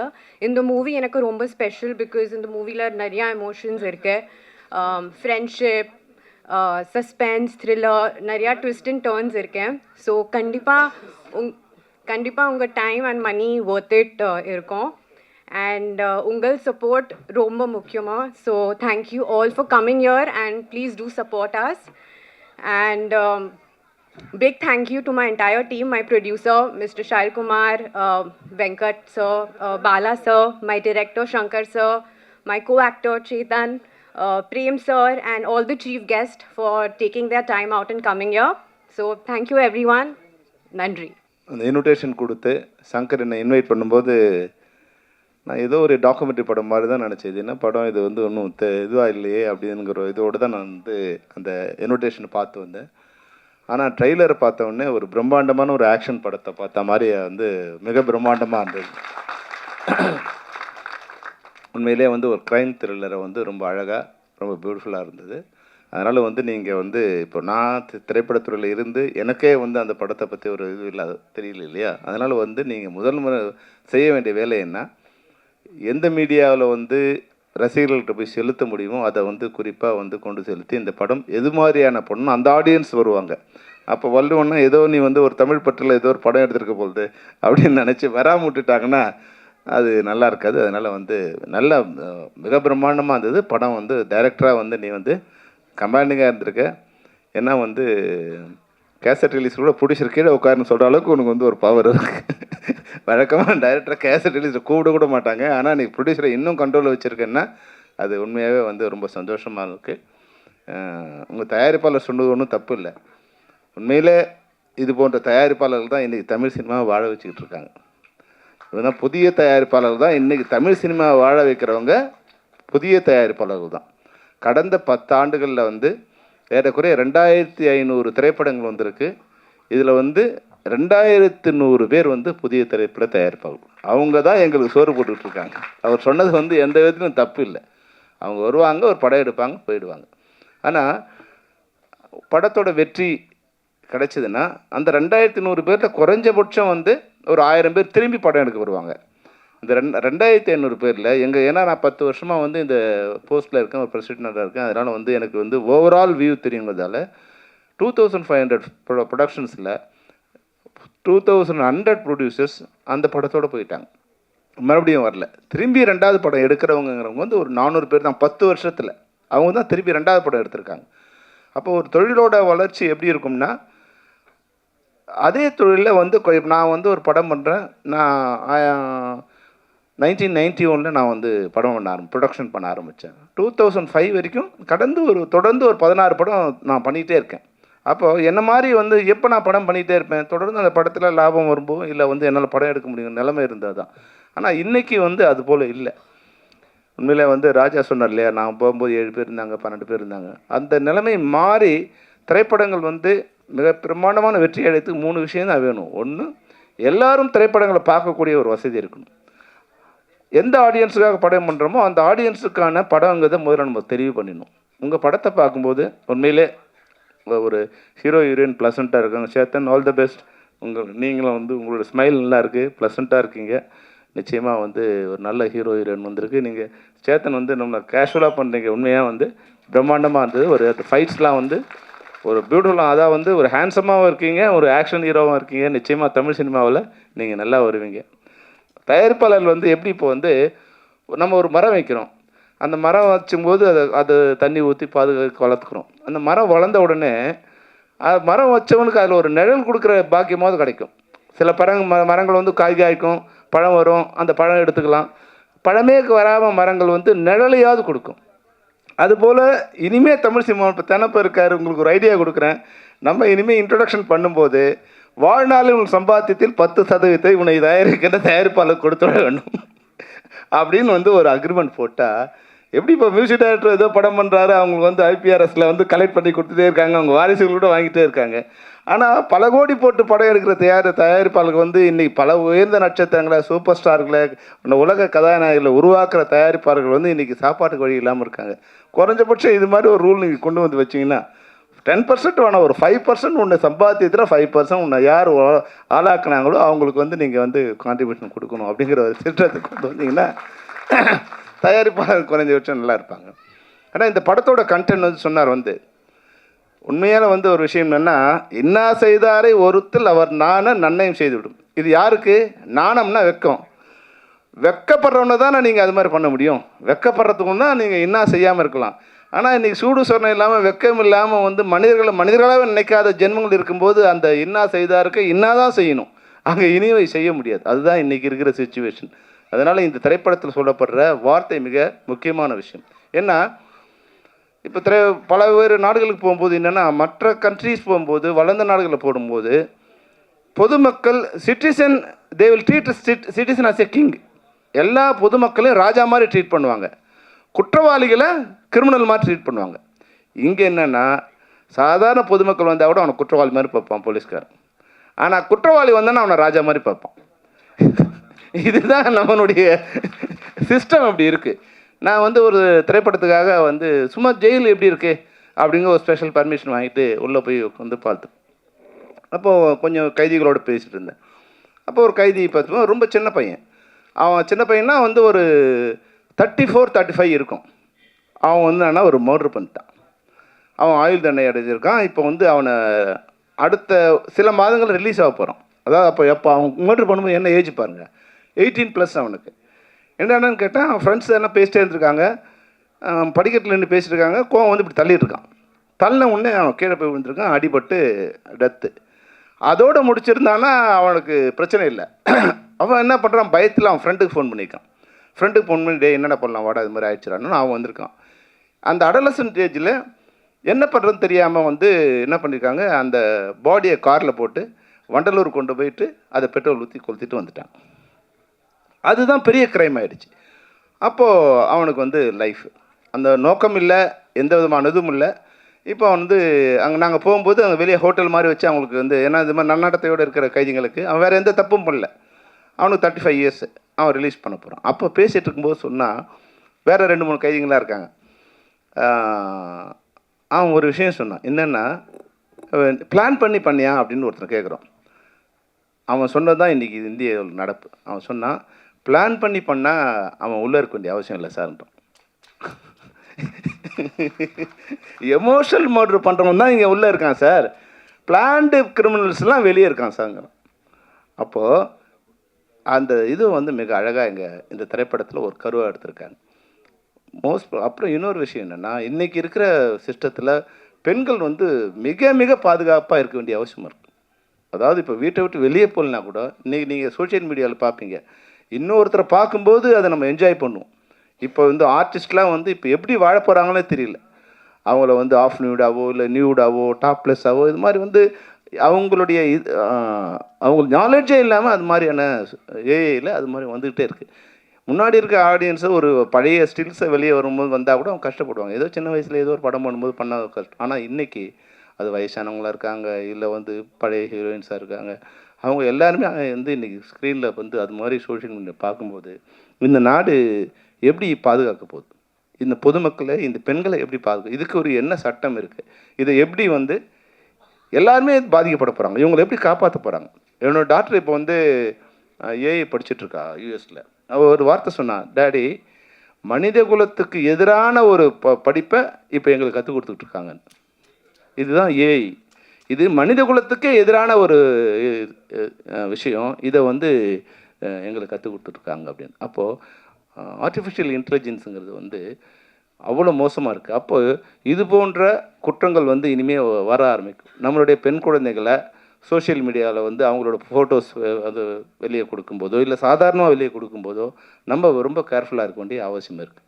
இன்னொன்று, இது போல் ஊடகங்களில் இல்லை எது ஒன்றாலும் பேசலாங்க நிலைமையில் இருந்து பொதுமக்களும் தங்களையும் பாதுகாக்க நிச்சயமாக இது போன்று பாதிக்கப்பட்டவங்க இது மாதிரி வந்து ஒரு கட்டத்தில் வந்து ரிவர்ஸ் ஆவாங்க.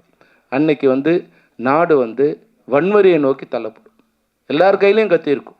பாதிக்கப்பட்டவன்னா ஒன்று அவனுக்கு நீதி கிடைக்கணும், இல்லைன்னா அதுக்கான நீதியை அவனே தேடிப்பான். அதுதான் இந்த திரைப்படத்தின் மூலமாக சொசைட்டிக்கு நம்ம இயக்குனர் கொடுத்துருக்காங்க.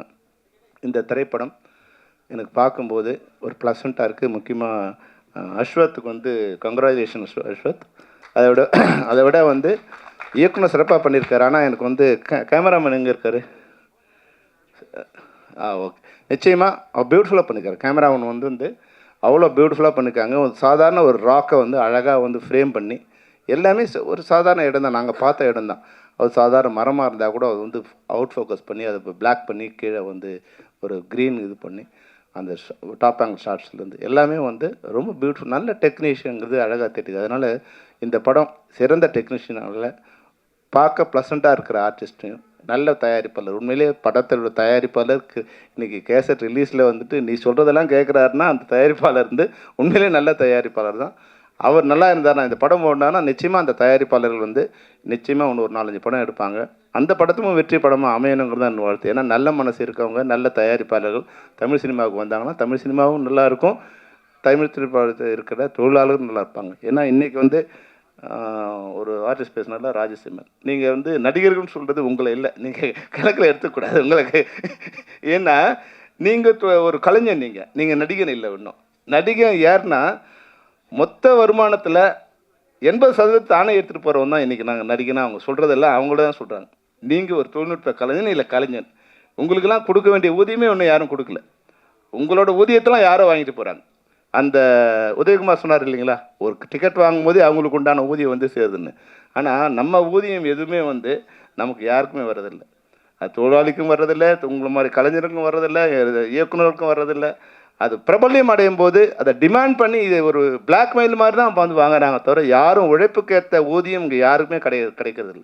வெற்றிக்கேற்ற ஊதியம். உங்கள் படம் ஓடிடுச்சு, அது யாராலும் ஓடுறதுலாம் தெரியாது, ஓடினதாக தன்னை நினச்சிக்கிட்டாருன்னா தனக்கு 1 கோடின்னா 2 கோடின்னா எத்தனை கோடினாலும் கேட்கலாம், கொடுக்கலாம், அது வேறு விஷயம். நீங்கள் அதை பற்றி கவலைப்படாதீங்க. நடிகர்கள்னு யாராவது குறிப்பிட்டாங்கன்னா உங்களை வந்து கலைஞனாக தான் நாங்கள் நினைக்கிறோம் தவிர ஒன்றும் நடிகராக நினைக்கிறோம். நீங்கள் நடிகனாக வந்த பிறகு அந்த நிலைமைக்கு நீங்கள் வருவீங்க. நிச்சயமாக நீங்கள் உண்மையாக நல்ல விஷயம் சொன்னீங்க. நம்ம எதை பற்றியும் கவலைப்படுவோம். நான் கூட வந்து ஒரு நாள் வந்து எங்கிட்ட 16 கார் இருந்தது. 91 நான் 16 கார் வச்சுருந்தேன். நான் தான் வந்து தென்னிந்தியாவில் அதிகமான பட்ஜெட்டில், including Rajini sir, Kamal sir, Chiranjeevi படங்களை விட அதிகமான பட்ஜெட்டில் நான் தான் படம் பண்ணேன். அன்னைக்கு சவுத் இந்தியாவில் ஹையஸ்ட் பட்ஜெட்டில் படம் பண்ண டைரக்டர் நான் தான். ஆனால் எனக்கே ஒரு 16 கார் இருந்தோம். அந்த காருக்கு டீசல் போட வசதி இல்லாத ஒரு கட்டத்தில் வந்து சேர்ந்து அப்போது வாழ்க்கைங்கிறது வந்து எல்லாத்துக்கும் தயார். அன்றைக்கி நான் கவலையே படலை. நான் பட் பஸ் ஏறி போயிட்டே இருப்பேன், நான் ஆட்டோவில் போயிட்டுருப்பேன், நடந்து போவேன், சைக்கிளில் போவேன். ஏன்னா இந்த சென்னைக்கு வரும்போது நான் நடந்து தான் வந்தேன். அன்றைக்கி வந்து என்கிட்ட ஒரு 25 காசு பணம் இருந்தால் கொடம்பாக்கம் டு வடவழியில் வந்து இறங்கலாம். ஆனால் 20 காசு தான் இருந்தால் என்ன பண்ணணும், ட்ரஸ்புரத்தில் இறங்கிக்கணும், அங்கேருந்து நடந்து வரணும். அப்போ 5 காசு இல்லாமல் நான் நடந்து கூட வந்திருக்கேன். இன்றைக்கி என்ன ஆளாக்குறது இந்த தமிழ் சினிமா தான். அது மாதிரி தான் உதயகுமார் சொல்லும்போது, இப்போ உண்மையாகவே எனக்கு ரொம்ப டயர்டு. காலையில் 9 மணிக்கு வந்தோம். வரும்போதே நம்பிக்கிட்ட சொன்னேன், நம்பி என்னை வந்த உடனே அனுப்பிச்சிட்றான்னு. ஆனால் ஜான் வந்து சொன்னார், அண்ணா நீங்கள் கொஞ்சம் கடைசியாக பேசினா நல்லா இருக்கணும். அப்போ அதையெல்லாம் வந்து ஏன் எடுத்துக்கிறோம்னா, ஏதோ ஒரு வகையில் இன்றைக்கி வந்து ஆர்கே செல்வமணினா இன்றைக்கி வந்து தமிழ்நாட்டுக்கோ இந்தியாவுக்கோ தெரியுதுன்னா அது காரணம் வந்து இது மாதிரி திரைப்படங்கள் தான், திரைப்படத்துறையில் இருந்ததால் தான் எனக்கு எல்லாருக்கும் தெரியுது. என்னால் முடிஞ்ச ஏதோ ஒரு உதவியை, அது மட்டும் இல்லாமல் சங்கர் வந்து என்னோட நெருங்கிய நண்பர், பல்வேறுங்களை என்னுடைய தேர்தலிலிருந்து பல்வேறு இடத்துல என் கூடவே இருந்து அவர் எனக்கு ஒர்க் பண்ணியிருந்திருக்காரு. அந்த வகையில் இந்த மழை அடாது மழை பெஞ்சாலும் உள்ளே வரும்போதே எனக்கு ரொம்ப சந்தோஷமாக இருந்தது. என்னென்னா வெளியே வந்து பழைய காலத்தில் வந்து சினிமா தட்டில் வந்து எப்படி வந்து 2 வீலர்ஸ் ஃபுல்லாக க்யூ கட்டி நிற்குமோ அது மாதிரி வெளியே ஃபுல் க்யூவில் இருந்தது.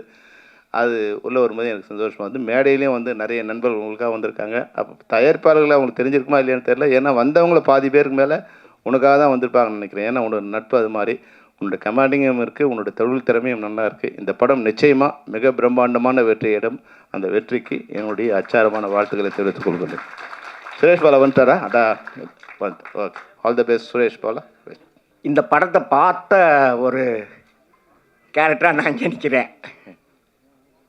இதில் நடிச்சிருக்கிற நம்ம ஹீரோவாக இருக்கட்டும், ஹீரோயினியாக இருக்கட்டும், அடுத்து வந்து நம்ம பிரேம்குமார் சாராக இருக்கட்டும், கராத்தே ராஜா சார், மிஸ்டர் ராஜேந்திரன் சார், இவங்களையெல்லாம் இந்த படத்தை பார்த்துட்டு நீங்கள் பார்த்தீங்கன்னாக்கா ரொம்ப பெருமைப்படுவீங்க, ரொம்ப சந்தோஷப்படுவீங்க. இந்த ஹீரோயினை பார்த்தா பயப்படுவீங்க. அந்த மாதிரி ஒரு அற்புதமான ட்விஸ்டான ஒரு கிளைமேக்ஸு. அதுக்கப்புறம் வந்து இந்த மேடையில் இவ்வளவு பெரியவர்கள்லாம் இருக்கிற இடத்துல நானும் வந்து அமர்ந்திருக்கிறேன் அப்படின்னு சொன்னாக்கா அதுக்கு ஒரே காரணம் சங்கர் சாரை தான். என்னன்னாக்கா அவர் என்னுடைய சீடன். அவர் காற்றுள் வரைங்கிற படத்தில் உதவி இயக்குனராக என்கிட்ட வந்து சேர்ந்தார். அடுத்து வந்து பல படங்களில் ஒர்க் பண்ணியிருக்காரு. அடுத்து நண்பர்கள் நற்பணி மன்றம், அந்த படத்தில் இணை இயக்குனராக ஒர்க் பண்ணார். அவருக்கு என்னுடைய அனுபவங்கள் நிறையா அவருக்கு உண்டு. அவர் இப்போ ராஜன் சார் சொல்லும்போது, ஒரு கன்னத்தில் அறிந்தால் இன்னொரு கன்னத்தை காட்ட வேண்டும்னு இயேசுநாதர் சொன்னார் அப்படின்னு. அப்படி ஒரு நாள் நான் சொல்லிக்கிட்டு இருக்கும்போது சங்கரோட கேரக்டர் என்னன்னாக்கா, சார் போங்க சார், அப்படியே காமிச்சுக்கிட்டே இருக்க முடியுமா அப்படின்னு. இல்லைடா அப்படி தான் பெரியவங்க சொல்லியிருக்காங்க. இல்லை சார், ஒரு கன்னத்தில் அறிந்தால் இன்னொரு கன்னத்தை காட்டணும், இன்னொரு அவனோட கன்னத்தில் காட்டு அப்படின்னு அர்த்தம் சார் அப்படின்னா. தந்தையார்பட்ட கரெக்டாக காட்டிட்டாடா அப்படிங்க. இது மாதிரி ஒரு தடவை காமெடி சீன்ஸ் எழுதிக்கிட்டு இருந்தான் சிங்கம்புலி சாருக்கும் ரவிமரியான் சாருக்கும் நண்பர்கள் நற்பணி மன்றத்தில். அப்போ நான் சொல்லக்கல எந்த சீனாக இருந்தாலும் கடற்கடன்னு எழுதிடுவான், காப்பி எடுத்துக்குவான். கோடைட்டராக இருந்தாலும் அவன் தான் எழுதுவான். அவனோட எழுத்துக்கு அவ்வளோ நடிகர்களும் மயக்கம். அப்போ ஒரு தடவை வந்து காமெடி சீன்ஸ் சொல்லிக்கிட்டு இருந்தேன். சொல்லிவிட்டு பேப்பர் வாங்கி பார்க்குறேன். பார்த்தா ரவிமரியான் சாருக்கும் சிங்கமலி சாருக்கும் உள்ள டைலாக் ஒன்று கூட இல்லை. என்னடா பேப்பர் எம்டியாக இருக்குது, என்னடா நீங்கள் என்ன சார் சிரிக்க சொல்லிக்கிட்டு இருக்கீங்க, சிரிக்காமல் சொல்லுங்கள், அப்போ எழுத முடியும் என்னால் அப்படின்னா. அந்த மாதிரி காமெடி சென்ஸு அவனுக்கு, ஹியூமர் பயங்கரமான ரசிகன், ரொம்ப அருமையான ரசிகன். அவனுடைய படம் பார்த்தேன், வந்து ரொம்ப எனக்கு ஆச்சரியமாக இருந்தது. இப்படி ஒரு, அதாவது சமுதாய சீர்திருத்த சிந்தனைகள் நிறைந்த பேச்சுக்கள் நிறையா பேசுவான். யாருக்கும் தெரியாத ஒரு விஷயம் சினிமாவில் சங்கர் சாரை பற்றி. அவன் வந்து பெரிய ஆன்மீகவாதி. தேவாரம், திருப்புகள், திருவாசகம், திருப்பாவை, ஆண்டாள் அம்பாள் எல்லாம் வந்து அவ்வளவு மனப்பா எப்படித்தான் இறைவன் அந்த அருளை கொடுத்தாரோ அப்படியே ஒப்பிப்பான். என்ன, எங்கள் அப்பாவெல்லாம் அவனை ஆழ்வார்னே கூப்பிடுவாங்க. ஆழ்வார்களே வாங்கன்னு தான் கூப்பிடுவாங்க. தாயாரும் எங்கள் தகப்பனார். ஏன்னா அப்போ அவ்வளவு பக்திமான். சனிக்கிழமைனா பெருமாள் கோயிலில் அவனை பார்க்கலாம், அவ்வளோ பக்திமான். சினிமாவில் இப்படி ஒரு பாருங்கள், நான் வந்து 2005 காற்றுள்ளவரை பண்ணேன். இப்போ இவ்வளவு காலமாக அவன் அசிஸ்டன்ட் டைரக்டராக இருந்துட்டு இன்றைக்கி அவன் டைரக்டர் ஆகியிருக்கான்னாக்கா, தெய்வத்தால் ஆகாதனினும் முயற்சி தன் மெய்வருத்த கூலி தரும். அதுதான் வள்ளுவனை பற்றி சொல்லும்போது சொல்கிறேன்.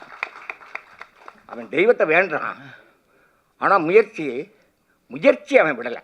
அந்த முயற்சிக்குள்ளே என்னென்ன இருக்குன்னு நீங்கள் பார்த்தீங்கன்னாக்கா ஒழுக்கம், ஒழுக்கம் விழுப்பம் தரால் ஒழுக்கம் உயரில் முகமப்படும்.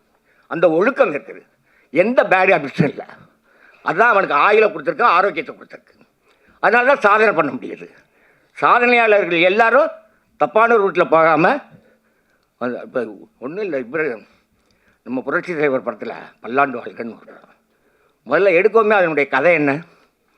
அன்பிலார் எல்லாரும் தமக்குரிய, அன்புடையார் என்றும் உரியர் பிறருக்கு, தெய்வத்தால் ஆகாத இன்னும் முயற்சி தன்மை உயர்த்தக்கூடியவர், ஒன்றே குலம் என்று பாடுவோம், தொகைரா கட்டு பல்லவி.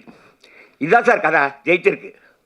அதனால் அந்த திருக்குறளை எடுத்துக்கிட்டு அதுக்கு விளக்கோரி பரிமையாளர்களிலிருந்து நம்ம குரலோவியம் தந்த கலைஞரையா வரைக்கும் அதுக்கு விளக்கங்கள் நிறையா சொல்லியிருக்காங்க. நம்ம சங்கர் சாரி அதை படமாக எடுத்திருக்கார், திரைக்கதை எழுதி. தெளிவுரை, விளக்க உரை, இது திரைக்கதை. அதனால் வள்ளுவனை இங்கே நினைவுக்கு கொண்டுட்டு வர்றது கட்டாயமாக இருக்குது என்பதை நினைவுபடுத்திக்கொள்ளவும் ஆசைப்படுகிறேன். சமீபத்தில் கூட நடந்த ஒரு மாணவர்கள் பாராட்டு விழாவில் நம்ம முதல்வர் சொன்னார், விஞ்ஞான உலகத்தில் என்னென்னமோ போய்கிட்டு இருக்குது, மாணவ செல்வங்களே, வாழ்க்கை அறிவு, வாழ்வறிவு, வாழ்வியல், அதை நம்ம மறந்துடக்கூடாது. அதுக்கு நம்மளை காப்பாற்றக்கூடியது திருக்குறள் தான், திருவள்ளுவர் தான் அப்படின்னு சமீபத்தில் சொன்னார். உண்மையான ஒரு இப்போ ஆர்கே செல்வமணி சார் சொன்னார், ஏஐ மேட்ருன்னு, மனிதனுக்கே ஆப்போசிஷன். படத்தில் தான் ஒரு வில்லனை நம்ம காட்டிக்கிட்டு இருந்தோம், இப்போ பார்க்குறவங்களுக்கு வில்லன் இருக்கிறான். படத்துக்குள்ளே வில்லன் இல்லை, பார்த்துக்கிட்டு இருக்கவங்களுக்குள்ளேயே ஒரு வில்லன் இருக்கிறான். அது ஏஐ போன்ற விஞ்ஞான முன்னேற்றம்னு அது சொல்கிறதா எப்படின்னு சொல்ல முடியல, எங்கே கொண்டு விட போதோ. அதனால் இந்த காலகட்டத்தில் இவ்வளவு பொறுமையோடையும் இருந்து இவ்வளவு தூரத்துக்கு இந்த இதில் மியூசிக் டைரக்டரு வருஷத்துக்கு நான் ரொம்ப பாராட்டுறேன். எங்கே இருக்குது ஆல் தி பெஸ்ட். ரொம்ப அருமையான பாடல்கள். இது எனக்கு முன்னாலேயே எனக்கு இந்த பாடல்லாம் வந்து போட்டு காமிச்சிட்டாரு, அப்போவே நான் உங்களுக்கு மெசேஜ் அனுப்பிச்சிருந்தேன். அடுத்து கேமராமேன் சார் சுரேஷ் சார் ரொம்ப அருமையாக பண்ணியிருக்காரு. அதுக்கப்புறம் இந்த படத்தில் எல்லோரும் பேசும் பொழுது இந்த இணை இயக்குனர், துணை இயக்குநர்களை வந்து மறந்துடுவாங்க. நான் வந்து என்னுடைய துணை இயக்குனராக இருந்து இணை இயக்குனரான சங்கரை வாழ்த்து தானே வந்திருக்கேன். அப்போ அவருடைய இணை துணை இயக்குநர்களை நான் வாழ்த்தணும் இல்லையா? அதனால் அவர் முதல்ல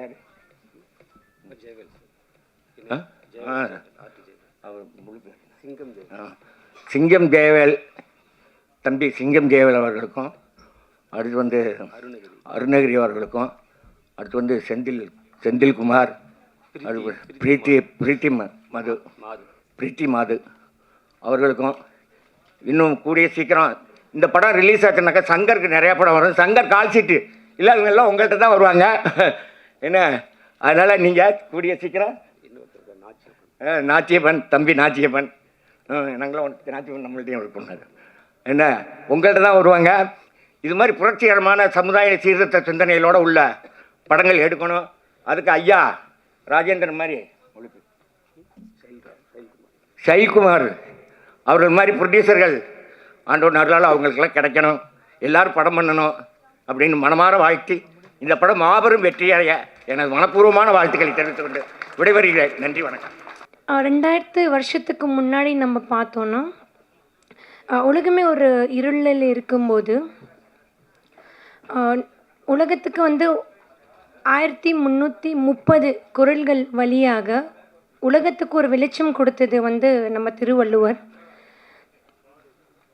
நம்ம மாதத்துக்கு ஒரு 10 குறள் வந்து நம்ம குழந்தைங்கள் படித்தாங்கன்னா அவங்க வந்து ஒரு சிறந்த மனிதர்கள் மட்டும் இல்லை, ஒரு உணர்வு இருக்கிற தலைவர்களாகவும் வந்து மாறுவாங்க. என்ன செய்தாரே ஒருத்தல் அவர் நானா நன்னயம் செய்துவிடு. ஒருத்தங்க எவ்வளோ உங்களுக்கு கெடுதல் செஞ்சாலும் நீங்கள் அவங்களுக்கு நல்லதாகவே செய்யுங்க. இது வந்து நீங்கள் இது ஒரு திருக்குறள் வந்து ஒரு இலக்கம் மட்டும் இல்லை, திருக்குறள் வந்து ஒரு வாழ்க்கை எப்படி வாழ்வது அது வந்து கற்றுக் கொடுக்குறாங்க. நம்ம டெய்லி பள்ளிகளில் பிரார்த்தனை பண்ணிகிட்டு இருக்கும்போது நம்ம பிரார்த்தனை பண்ணுறோம், அதுக்குள்ள கூட வந்து ஒரு குரல் கூட நம்ம சேர்த்துக்கிட்டோன்னா நம்ம குழந்தைங்கள் இன்னமும் ஒரு சிறந்த டாக்டர், சிறந்த என்ஜினியர்ஸ் மட்டும் இல்லாமல் சிறந்த தலைவர்களாகவும் அவங்க வருவாங்க. பைபிள், குரான், கீதா அது எல்லாமே வந்து நம்ம மனித குலத்துக்கு நிறையவே ஒரு வழிகாட்டியாக இருந்திருக்காங்க. அதே போல் திருக்குறள் ஒரு உலகத்துக்கே ஒரு வழிகாட்டியாக எப்போவுமே இருந்திருக்கு. அது நான் முழுமையாக வந்து நம்புகிறேன். நம்மளோட இளைஞர்கள் எல்லாருமே திருக்குறளை அவங்க மனசில் வந்து சுமந்தாங்கன்னா அவங்களுக்கு ஒரு ஊழலும் ஒரு கெட்ட விஷயமோ ஒரு பேராசையோ அவங்கள வந்து தொட முடியாது. அதுதான் குறளோட வலிமை. நம்ம இளைஞர்கள் அவங்க மனசுக்குள்ள குறளோட ஒரு விஷயம் உள்ளே எடுத்து போனாங்கன்னா அவங்க தமிழ்நாடு மட்டும் இல்லை உலகத்தோட தலையெழுத்து அவங்களால மாற்ற முடியும்.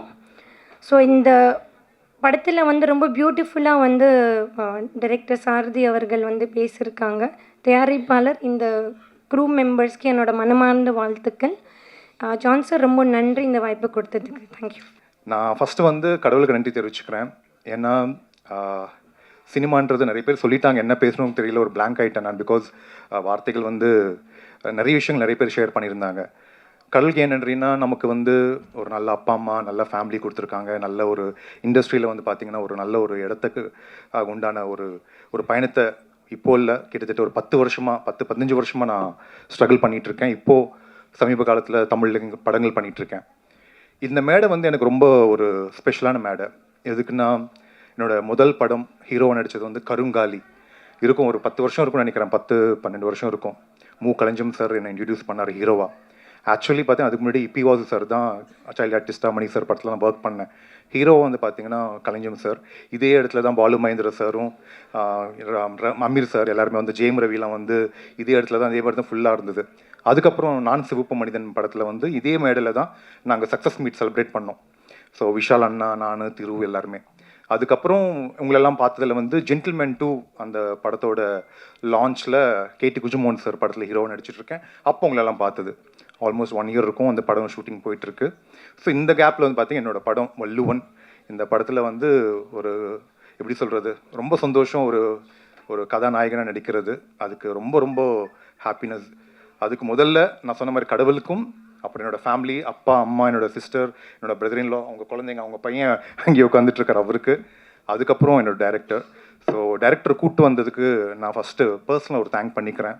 அவர் வந்து மிஸ்டர் ஜெய்வேல் சார், என்னோட அப்பாவோட ஃப்ரெண்ட், எனக்கு ஃப்ரெண்ட். ஜெய்வேல் சார் ஒரு மேடைக்கு வரணும் சார், நீங்கள் ப்ளீஸ். நீங்கள் வரணும் ஒரு நிமிஷம் வாங்க ப்ளீஸ், வரணும், கண்டிப்பாக வரணும், வாங்க ப்ளீஸ், வாங்க ஜெய்வேல், வாங்க. ஏன்னா ஜெய்வேல் சார் வந்து இந்த படத்துக்கு வேறு ஹீரோ கிட்ட கதை போயிருந்தது.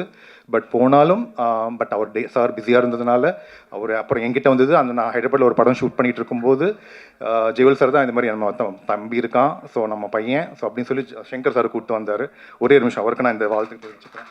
நான் இங்கே வந்து கருங்காலி பண்ணிட்டதுக்கப்புறம் நான் வாய்ப்புகள் விஜய் அண்ணா வீட்டிலேருந்து ஆல்மோஸ்ட் விருகம்பாக்கத்துலேருந்து அஜித் சார் வீடு, தலை வீடு வரையும் எல்லாம் என்னென்ன கம்பெனி இருக்குது எல்லா கம்பெனியும் ஏறி இறங்கிட்டேன். எல்லோரும் சொல்கிறது ஒரே ஒரு விஷயந்தான், என்னென்னா, சார் நீங்கள் ரொம்ப வெள்ளையாக இருக்கீங்க, கலராக இருக்கீங்க அப்படின்வாங்க. நிறைய டேரக்டர்ஸ் பார்த்தேன், தமிழ் சினிமாவுக்கு நீங்கள் செட் ஆக மாட்டீங்க அப்படின்வாங்க. உள்ளுக்குள்ளே குட்டி பயம், என்னடா இப்படி சொல்கிறாங்களே. நிறைய ஆடிஷன்ஸ் கொடுத்துருக்கேன் எல்லாமே, ஆனால் மனசில் இருக்கும். ஆனால் இப்போ வெளிப்படையாக சொல்லலான் இருக்கேன், பட் அந்த இடத்துக்கு இன்னும் நான் ரீச் ஆகலை. மக்கள் திலகம் எம்ஜிஆர் சார் என்ன கலர், நல்ல செவச்சவன்னு இருப்பார், ஓகேங்களா, சொல்லணும்னு இருக்கும், இப்போ சொல்கிறேன். கமல் சார் என்ன கலர், நல்ல செவச்சவன்னு இருப்பார். நம்ம தலை அஜித் சார் என்ன கலர், நல்ல செவச்சவன்னு இருப்பார். ஸோ கலர்லாம் ஒன்றுமே இல்லைங்க இங்கே, ஓகேங்களா. திறமை, அந்த திறமை மட்டும் பார்க்கணுன்றது தான் நான் விருப்பப்படுறேன், ஓகேங்களா. ஒரு ஆர்டிஸ்ட்குள்ளே எல்லா டேலண்ட்டும் இருக்கும். அது ஒரு நல்ல டைரக்டர் வந்து அந்த கதையை வந்து நமக்கு சொல்லி அது புரிய வச்சு அது நம்ம உள் வாங்கி நம்ம நடிக்கிறது தான். ஸோ அதுதான் நான் விருப்பப்படுறேன். அதே மாதிரி சங்கர் சார் வந்து வந்தார், ஹைதராபாத்துக்கு வந்தார், ஜெய்வேல் சார் கூப்பிட்டு வந்தார். வந்தோன்னு கதையை சொன்னார். எனக்கு சொன்ன உடனே ஒரே வார்த்தை தான், கதை கேட்டுட்டு ஃபுல்லாக ஒரு 2 மணி நேரம் சொன்னார். சொல்லிட்டோன்னு நான் சொன்னேன். அப்போது எனக்கு ஜென்டில்மேன் கமிட்டால் சொன்ன ஒரு விஷயம் என்னென்ன, இந்த கதையை கேட்டுட்டு சங்கர் சார், நம்ம Shankar sir, gentleman Shankar sir வந்து முதல் படம் அவருக்கு எப்படி இந்த படம் ஜென்டில்மேன்னா ஒரு பெரிய படம், ஒரு ட்ரேட்மார்க்காக இருந்ததோ அந்த மாதிரி இந்த படம் உங்களுக்கு இருக்குன்னு சொன்னேன். எப்படி சொன்னேன்னு தெரியாதுங்க எனக்கு. கதை கேட்டு சொன்னேன்.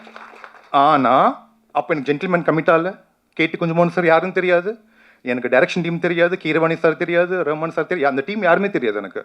அந்த ஜென்டில்மேன் 2 கூட இல்லை எனக்கு. நான் பாடி இந்த படம் நடிச்சிட்டு இருக்கேன், போயிட்டுருக்கு, எல்லாம் இருந்தது. அதுக்கப்புறம் ஒரு நாள் திடீர்னு எனக்கு கால் வருது, இந்த மாதிரி ஜென்டில்மேன் 2ல் நீங்கள் ஹீரோவாக நடிக்கணும் அப்படின்றது. சார்கிட்ட போய் அப்ரோச் ஆகினதுக்கப்புறம் ஸோ இதெல்லாம் வந்து யூனிவர்ஸ் வந்து பார்த்துட்டே இருக்குது. ஓகேங்களா? ஸோ அது டைமில் எனக்கு கதை சொல்லி முடிச்சோடனே ஷைலு பிரதர் எனக்கு ஆஸ்திரேலியாலேருந்து ஃபோன் பண்ணார். Shailu brother, so thank you so much. So ரொம்ப ரொம்ப நன்றி உங்களுக்கு. ஏன்னா அவர் நினச்சா, பிகாஸ் நிறைய ஹீரோஸ் சொன்ன மாதிரி பெரிய ஹீரோஸ் இருக்காங்க இருந்தாலும், பட் என்கிட்ட வந்து சொன்ன உடனே ஷைலு பிரதர் ஓகே சொல்லி, அண்ட் அதோட உங்கள் பிரதர் சதீஷ் பிரதர் அம்மா அப்பா, ப்ரொடியூசரோட அம்மா அப்பாவுக்கு நான் நன்றி தெரிவிச்சுக்கிறேன். ஏன்னா என்னை வந்து அங்கேருந்து கூப்பிட்டு வர வச்சு எனக்கு வந்து ஃபஸ்ட் அட்வான்ஸ் கொடுத்தது அப்பா அம்மா தான். அப்பா அம்மா, ஸோ அப்பா ரொம்ப நன்றி, அம்மா ரொம்ப நன்றி. ஸோ உங்கள் பிளெஸிங்ஸ் எப்போவுமே இருக்கணும். உங்கள் பையன், நான் உங்கள் வீட்டு பையன். ஸோ அதனால் நான் ஏன்னா இது கொஞ்சம் டைம் எடுத்துக்கிறேன், ஆல்ரெடி டைம் ஆகிடுச்சு, but I'm so sorry.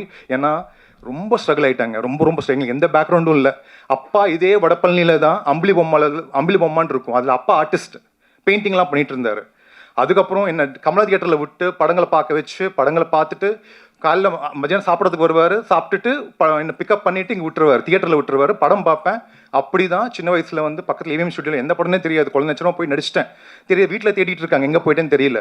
So அப்படி நான் சினிமாக்குள்ளே வந்தது தான். அப்போத்துலேருந்து நடித்து படித்து அதுக்கப்புறம் சினிமா வாய்ப்புகள் தேடி வந்து கருங்காலிக்கு அப்புறம் சில படங்கள் பண்ணேன். ஸோ அதனால் ப்ரொடியூசர்ஸ், டைரக்டர்ஸ், அப்புறம் என்னோட டெக்னீஷியன்ஸ், மெயினாக வந்து இந்த படம் கதை கேட்டோடனே இந்த கதை சூப்பராக இருந்தது. சங்கர் சார் சொல்லிட்டேன், யார் பண்ணுறாங்க கேமராமேன் கேட்கும்போது வெற்றிமாறன் சார் டீம்லேருந்து நம்ம சுரேஷ் பாலான்னு சொன்னார். எனக்கு ஆக்சுவலி கொஞ்சம் படபடன்னு இருக்குது. ஏன்னா இந்த நேரத்தில் நான் வெற்றிமாறன் சாருக்கு தேங்க் பண்ணணும். ஏன்னா எங்கள் படத்துக்கு வந்து ஃபர்ஸ்ட் லுக் அவர் தான் லான்ச் பண்ணார்.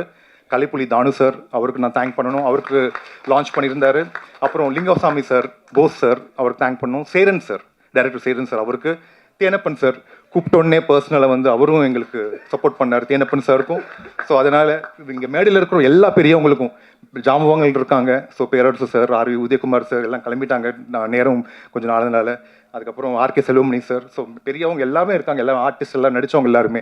ஸோ அவங்களுக்கு எல்லாருக்குமே நன்றி தெரிவிச்சுக்கிறேன். அதனால் வந்து ஸோ இந்த படம் வந்து சொல்லுவாங்க எல்லாமே கஷ்டப்பட்டு நடித்தோம், ரொம்ப வந்து நிறைய கஷ்டத்தை பார்த்துட்டோம் அப்படின்வாங்க. நிஜமாக கஷ்டத்தை பார்த்தோம், கோவிடுக்கு அப்புறம் நிறைய கஷ்டங்கள் இருந்தது. பட் ப்ரொடியூசர்ஸ் வந்து என்றைக்குமே வந்து அது மைண்ட் பண்ணாமல் ஷூட்டிங்லாம் போனோம்.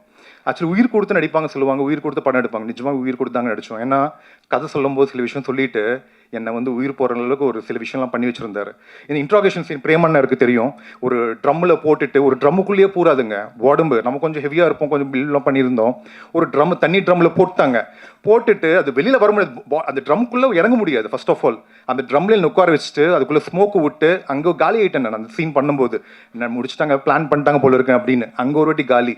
ஓகேங்களா? பட் இருந்தால் நல்லா வந்திருக்கு அந்த சீன். அதுக்கப்புறம் பார்த்தீங்கன்னா எனக்கு இன்றைக்கி தான் ஒரு இன்டர்வியூ பண்ணோம். எனக்கு இப்போ தான் ஷைலு பிரதர் சொன்னார் எனக்கு, நாங்கள் பாட்டுக்கு இங்கே சாங்கு டுவெட்டு நல்லவங்கெல்லாம் போடும்போது இங்கே அப்ராட்லாம் வேணும், இங்கேயே நல்லா ஊர்லாம் இருக்குது. நம்ம சிக்மங்களூர் தாண்டி பக்கத்தில் ஒரு ஊர் இருக்குது சூப்பராக, அங்கேருந்து ஒரு 80 கிலோமீட்டர்ஸ் போகலாம், ஹில் ஸ்டேஷன் சொன்னாங்க. சரி சூப்பராக ஜாலியாக நல்லா டுவெட்டில் நல்லா இருக்குன்னு போயிட்டு எல்லோரும் நல்லா போய் ரீச் ஆகிட்டோம். பட் அங்கே பார்த்தீங்கன்னா ஓரளவுக்கு தான் பர்மிஷன் இருந்தது, அதுக்கு மேலே பர்மிஷன் இல்லை. பட் இருந்தாலும் வந்து ஷைலு பிரதருக்கு அங்கே கொஞ்சம் ஹோல்டு இருக்குது, பிரதருக்கு நல்ல தைரியமாக உள்ளே போயிட்டார். போனதுக்கப்புறம் அவங்கெல்லாம் ஒரு கார் வச்சுட்டு அவங்க ஒரு டீம் அவங்க இருக்காங்க. எனக்கும் ஹீரோயினுக்கும் ஒரு பைக் கொடுத்துட்டாங்க. கேமராமேன் சார்லாம் ஒரு காரில் ஏறிட்டாங்க.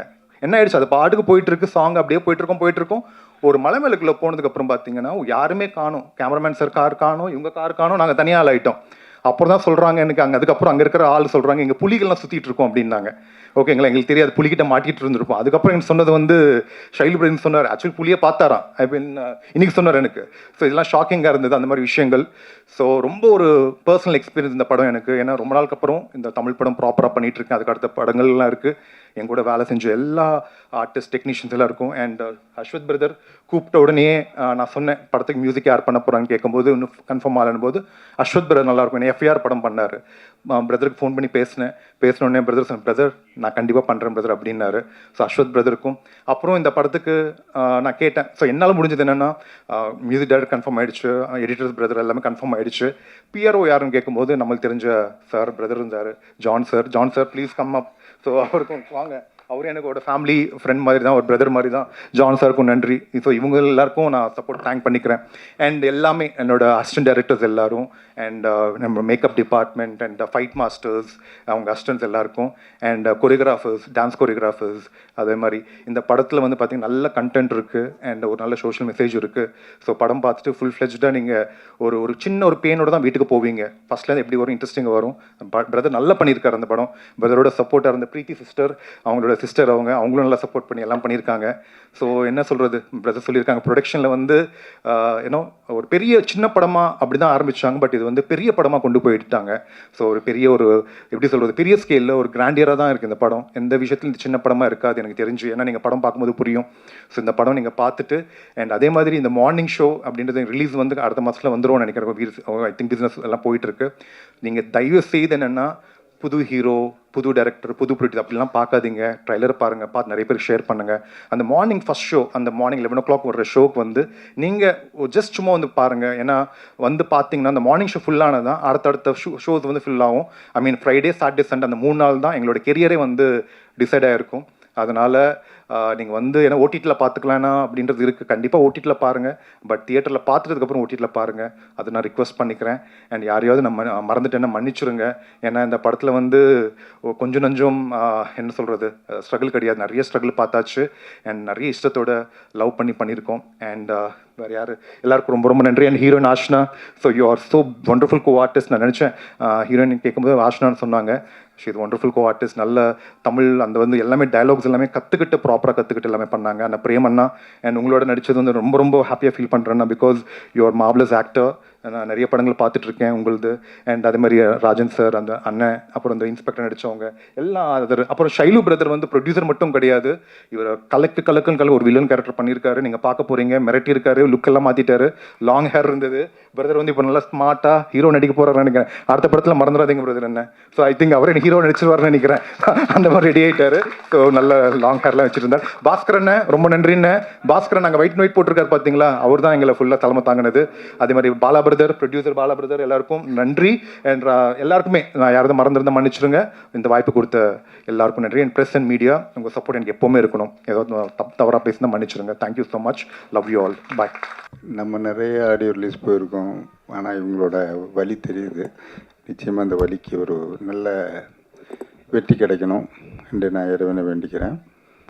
அப்புறம் ஏன்னா ஒரு சேத்தன் கூப்பிட்டு தான் வந்தேன்.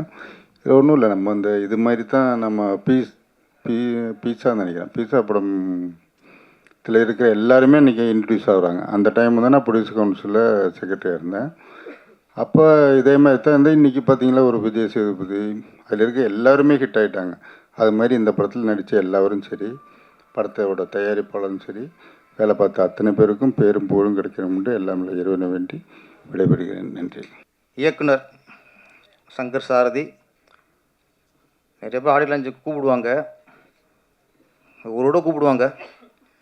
இப்போல்லாம் அது கூட இல்லை. நாளைக்கு ஆடியோ வந்து இன்றைக்கி நைட்டு கூப்பிட்றது, சார் நாளைக்கு வந்திருக்கு சார்ன்ட்டு. ஆனால் அவர் ஏறத்தாழ 1 மாதம் மட்டும் கூப்பிட்டார். ஒரு ஆடியோ லான்ச்சுக்கு 10-15 ஒரு டைரக்டர் கூப்பிட்டாருன்னா இவராக தான் இருக்கும். அவ்வளவு விடாமுயற்சி. ஒரு ஆடியோ லான்ச்சுக்கு ஒரு விஐபி கூப்பிட்றதே இவ்வளோன்னா படம் பெரிய அளவில் பண்ணியிருப்பார். முதல்ல என்னடா வள்ளுவன் வச்சுருக்காரு அவனும் யோசிச்சுட்டே இருந்தேன். அப்போ வந்துட்டு மிகப்பெரிய ஒரு ஆன்மீகவாதி அப்படின்ட்டு. ஆமாம், ஆன்மீகத்தில் இருந்தால் தான் அந்த மாதிரி தலைப்பு வைக்கிறதுக்கு ஒரு தைரியம் வரும். என்ன வள்ளுவன் இப்போ ஜாதி பேர்லேயே அந்த இன்னும் இருக்கக்கூடாது, இரு வைக்க சொல்கிறாங்க. இப்போ ஜாதிகளுக்கே இருன்னு சொல்லும்போது நம்ம வள்ளுவர்னு வைக்கணும். ஒரு வள்ளுவன் வச்சுட்டோம். ஆனால் கீழே போட்டார் ஒரு இவன் வன்முறையாளன் அதானே. ஆமாம், வள்ளுவர் கையில் உள்ள எழுத்தாணியை எடுத்துட்டு கத்தியை கொடுத்துட்டார்.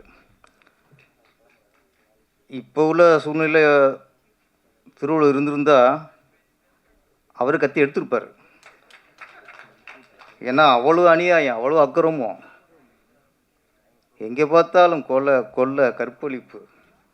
இவங்கெல்லாம் எழுதி திருத்த முடியாது, குத்தி தான் திருத்தம்னு அவர் கத்தி எடுத்திருப்பார். அதில் ஒரு வகையில் வரவேற்கணும்.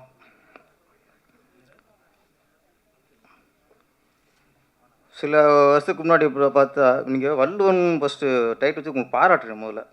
ஏன்னா அதுக்கு ஒரு தைரியம் வேணும். ஏன்னா இப்போ யூத்துக்கு ஏற்ற மாதிரி, இளைஞர்களுக்கு ஏற்ற மாதிரி இந்த ட்ரெண்டு அப்படின்ட்டு நீ எதே ஒன்று வாந்தி எடுக்காமல் வள்ளுவன்கிறத ஒரு சரியான ஒரு ஒரு தமிழ் பற்றோடு நீங்கள் எடுத்துருக்கீங்க. இந்த நேரத்தில் வள்ளுவன்கிறத நீ ஒரு டைட்டில் முக்கியமானது. முன்னாடிலாம் பஸ்ஸு போர்டில் கலைஞர் கருணாநிதி நகர் அப்படின்னு போர்டு இருக்கும். ஒரு நகருக்கே கலைஞர் கருணாநிதி நகர் அப்படின்னு போர்டு இருக்கும். ஆட்சி மாறின உடனே அந்த கலைஞர் கருணாநிதி நகர் வந்து கேகே நகராக மாறிடும். இந்த நகர் போர்டெலாம் பார்த்தா உடனே அது ஃபஸ்ட்டு ஆட்சி மாறணும் அது பண்ணுவாங்க. அந்த போர்டை அடிச்சுட்டு டக்குன்னு கேகே நகர் பண்ணுவாங்க. திருப்பி திமுக ஆட்சி வந்துச்சுன்னா திருப்பி கலைஞர் கருணாநிதி நகர், பஸ்ஸில் அண்ணா நகர் டு கலைஞர் கருணாநிதி நகர் பேர் மாறும்.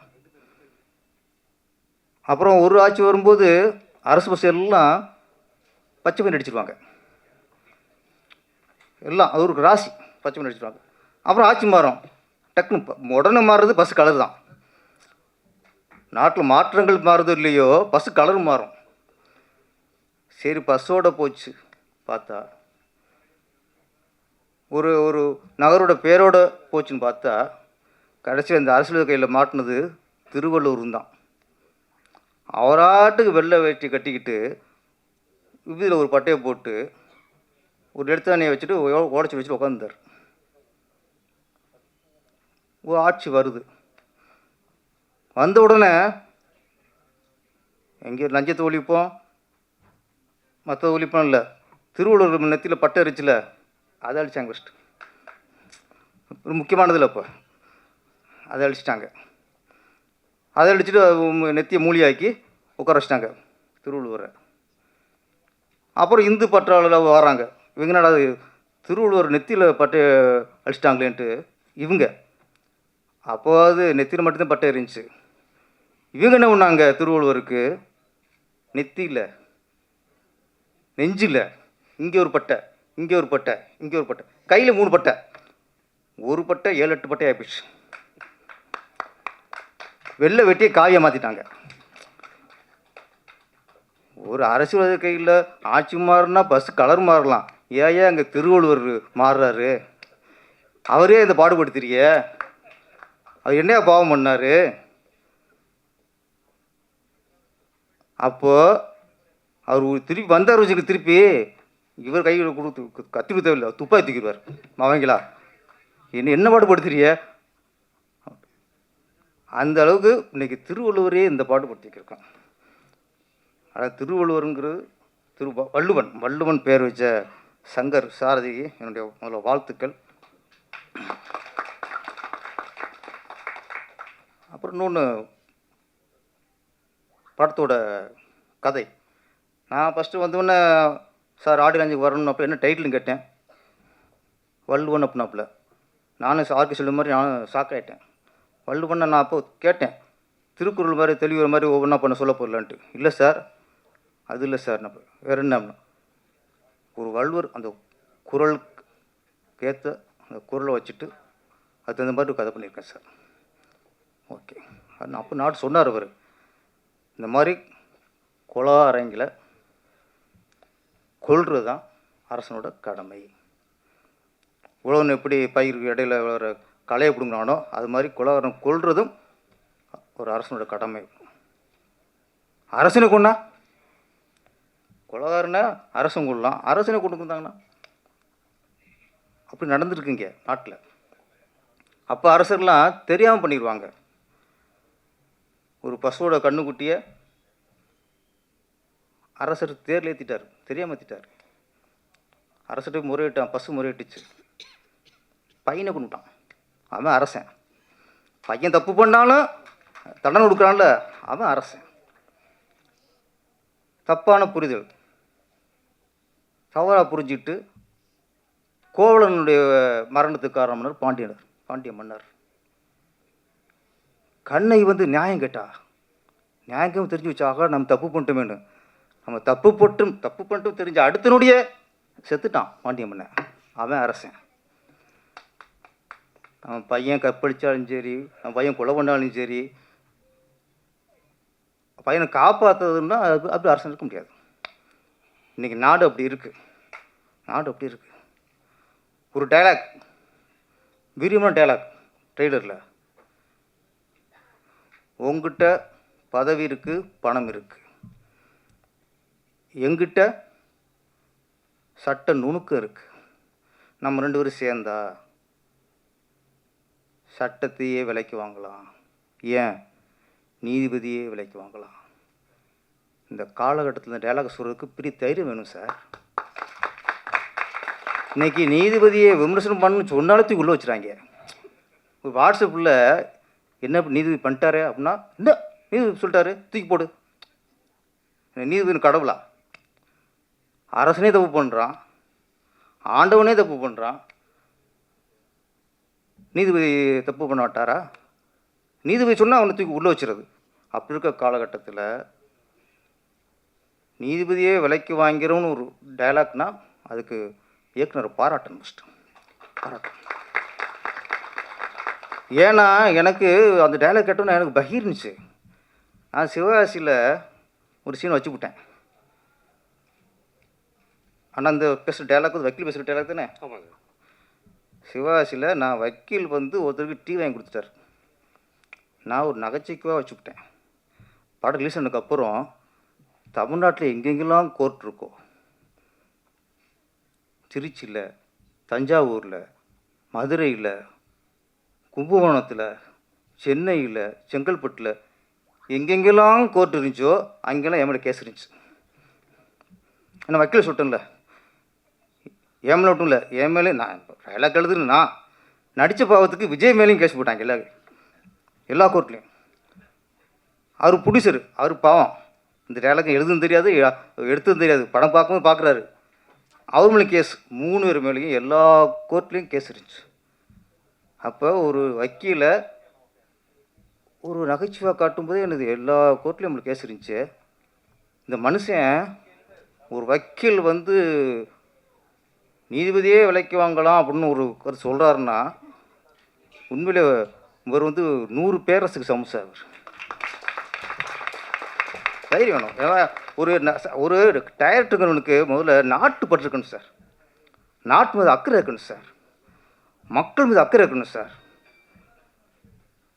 ஒரு நல்ல கலைஞன் வேறு, வியாபாரி வேறு. பொழப்புக்காக, வயிற்று பொழப்புக்காக எதாவது சொல்லி படத்தை எடுக்கிற விட நாட்டு நல்லது செய்யணும், நாட்டில் ஒற்றுமை உண்டாக்கணும், நாட்டில் ஒரு விழிப்புணர்வு உண்டாக்கணும். அவன் தான் நல்ல கலைஞன். முதல்ல நல்ல கலைஞனாக இருக்கணும் முதல்ல. அப்புறம் டைரக்டராக சம்பாதிக்கிறவங்க அடுத்த விஷயம். ஒரு விஷயம் இப்போ நான் சொல்கிறேன், ரொம்ப மனசு வலிச்சு ஒரு பேசும்போது. எங்கள் அம்மா இன்றைக்கும் வீட்டு வேலை பார்க்குறாங்கண்ணா சார். ஒரு திரைப்பட இயக்குனர் பெருமையாக இருக்கலாம், ஆனால் ஒரு விஷயத்தை வெளிப்படையாக சொல்கிறாருங்க ஸ்டேஜில். இந்த படம் முடிஞ்சு ரிலீஸ் ஆனதுக்கப்புறம் உங்கள் அம்மா வீட்டு வேலை பார்க்கக்கூடாது சார். நீங்கள் ஒரு வீட்டுக்கு ஓனராகி சொந்த வீடு வாங்கி உங்கள் அம்மா ராணி மேலே உட்கார வைங்க, அதுதான் வெற்றி. தாய்ப்பாசலும் தோத்ததில்லை. எம்ஜிஆர் முதற்கொண்டு நடிகர்லேயே தாய்ப்பாசத்தை அதிகமாக வெளிப்படுத்தினவர் புரட்சித் தலைவர் எம்ஜிஆர். நாட்டை ஆண்டு போயிட்டார் சார். அடிப்படை காரணம் தாய்ப்பாசம். கண்டிப்பாக நீங்கள் வெற்றி அடிச்சிருவீங்க. நான் சொல்லுவேன் ஒரு நல்ல கலைஞன். ஏன்னா நீங்கள் லவ் ஸ்டோரி எடுக்கலாம், காமெடி படம் எடுக்கலாம், ஆக்ஷன் படம் எடுக்கலாம், எமோஷனல் படம் எடுக்கலாம், த்ரில்லர் படம் எடுக்கலாம், பேய் படம் எடுக்கலாம், ஜாதி படம் எடுக்கலாம். எந்த படம் எடுத்தாலும் சரி நோக்கம் நல்லதாக இருக்க வேண்டும், நோக்கம் நல்லதாக இருக்க வேண்டும். சொல்கிற கருத்து நல்ல கருத்து சொல்லணும். நீ காமெடியாடு, ஆனால் அதில் கருத்து நல்லா இருக்கணும். ஆக்ஷன் படம் எடுக்கலாம், அதில் கருத்து நல்லா இருக்கணும். என்ன மக்களுக்கு சொல்கிற விஷயம் நல்ல விஷயமா இருக்கணும், படமாக இருக்கணும். அது இருக்கிற மக்கள் சீரழிக்கிற மாதிரியும் படம் எடுக்கிறது அது நம்ம கலைக்கு பண்ணுற துரோகம். மக்கள் ஒற்றுமை உண்டாக்குறதுக்காக நம்ம ஒரு கதையை எடுத்துட்டோம்னா அது கலை சேவை, மக்களுக்கான சேவை. மக்களுக்குள்ள வன்முறையும் மக்களுக்குள்ள ஒரு காழ்ப்புணர்ச்சியும் மக்களுக்கு திருப்பி பிரிவினையும் பண்ணுற மாதிரி பண்ணால் அது கலைக்கு பண்ணுற துரோகம். அது நான் ஒன்று சொல்கிறேன், இந்த கலாச்சார சீரழி மாதிரி படம் எடுக்கிறாங்களே, அதை விட ஆபாச படம் எவ்வளோ மேல் சார், செக்ஸ் படம் எவ்வளோ மேல் சார். இந்த கலாச்சார சீரியல் உண்டாக படம் எடுக்கிறத விட நீங்கள் காமத்தை மையமாக வச்சு படம் எடுத்துருங்க. ஏன்னா அங்கே கொடுத்துருவான் எங்கால் சென்சார், அங்கே இளைஞர்கள் மறுக்கப்படுவாங்க. செக்ஸை விரும்புகிறவன் போய் பார்ப்பான், காமத்தில் விரும்புகிறவன் போய் பார்ப்பான், படமாக போயிடும். ஆனால் நாங்கள் பொதுவாக படம் நடித்து உள்ளே வந்து நல்ல படம் நடித்து உள்ளே வந்து நீங்கள் கலாச்சார சீரியல் இப்போ உண்டு பண்ணால் தயவுசெய்து அந்த மாதிரி வியாபாரியாக இருக்காதீங்க. ஒரு நல்ல விஷயம். இப்போ இது வந்து திருள மூவிங்கிறாங்க, திருள மூவினாலும் அது ஒரு நல்ல விஷயம் சொல்கிறார். பெண்களுக்கு பாதுகாப்பு வேணும், இன்றும் பெண்களுக்கு பலாத்காரத்தில் பாதிக்கப்படுறாங்க, அதை ஒழிக்க வேணும். அதுக்கு ஒரு குரலின் அடிப்படையில் ஒரு கதை வச்சிருக்கிறார். அப்போ பெண்களுக்கு பாதுகாப்பு வேணும்னு சொல்லி நல்ல விஷயம் தானே. அப்போ ஒரு நல்ல கருத்தை நீங்கள் ஆக்ஷனாக சொல்லுங்கள், த்ரில்லராக சொல்லுங்கள், என்னோட சொல்லுங்கள், நல்ல கருத்தை சொல்லி சொல்லுங்க. முதல்ல சொல்லுங்கள். முதல்ல பணம் சம்பாதிக்கிற ஏதாவது பண்ணிட்டு போகிறதுக்கு எத்தனையோ தொழில் இருக்குது. முதல்ல அந்த வகையில் நான் சங்கர் சாரதியை ரொம்ப பாராட்டுறேன். ஒரு நல்ல விஷயத்தை எடுத்துகிட்டு அதை திருவிழா சொல்லியிருக்காரு. ஒரு ஆன்மீகவாதி, சாமி நம்புகிறவர், பக்திமான், நல்ல விஷயந்தான் சொல்லுவார். அந்த நம்பிக்கை எனக்கு இருக்குது. அப்புறம் இதில் சேத்தன் பரத்திட்ட கதை சொல்லி கொஞ்சம் மிஸ் ஆச்சு. பரத் இல்லையா, அவர் மாதிரி ஒருத்தர் பிடிச்சிருவான் அப்படின்னு தேடிருக்கார் மனுஷன். சிவப்பு தோழா, பரத்தும் சிவப்பு தான் சார். என்ன நல்லா பண்ணியிருந்தீங்க, வாழ்த்துக்கள். கதாநாயகி ஆசனா, அவங்க பேச ரொம்ப கலையாக இருக்குது. அப்புறம் கதாநாயகியில் கொஞ்சம் ஒரு முகக்கலையான ஒரு கதாநாயகி, நல்லா நடிச்சிருந்தீங்க, உங்களுக்கு வாழ்த்துக்கள். மியூசிக் டைரக்டர் அஸ்வந்த் வாழ்த்துக்கள்.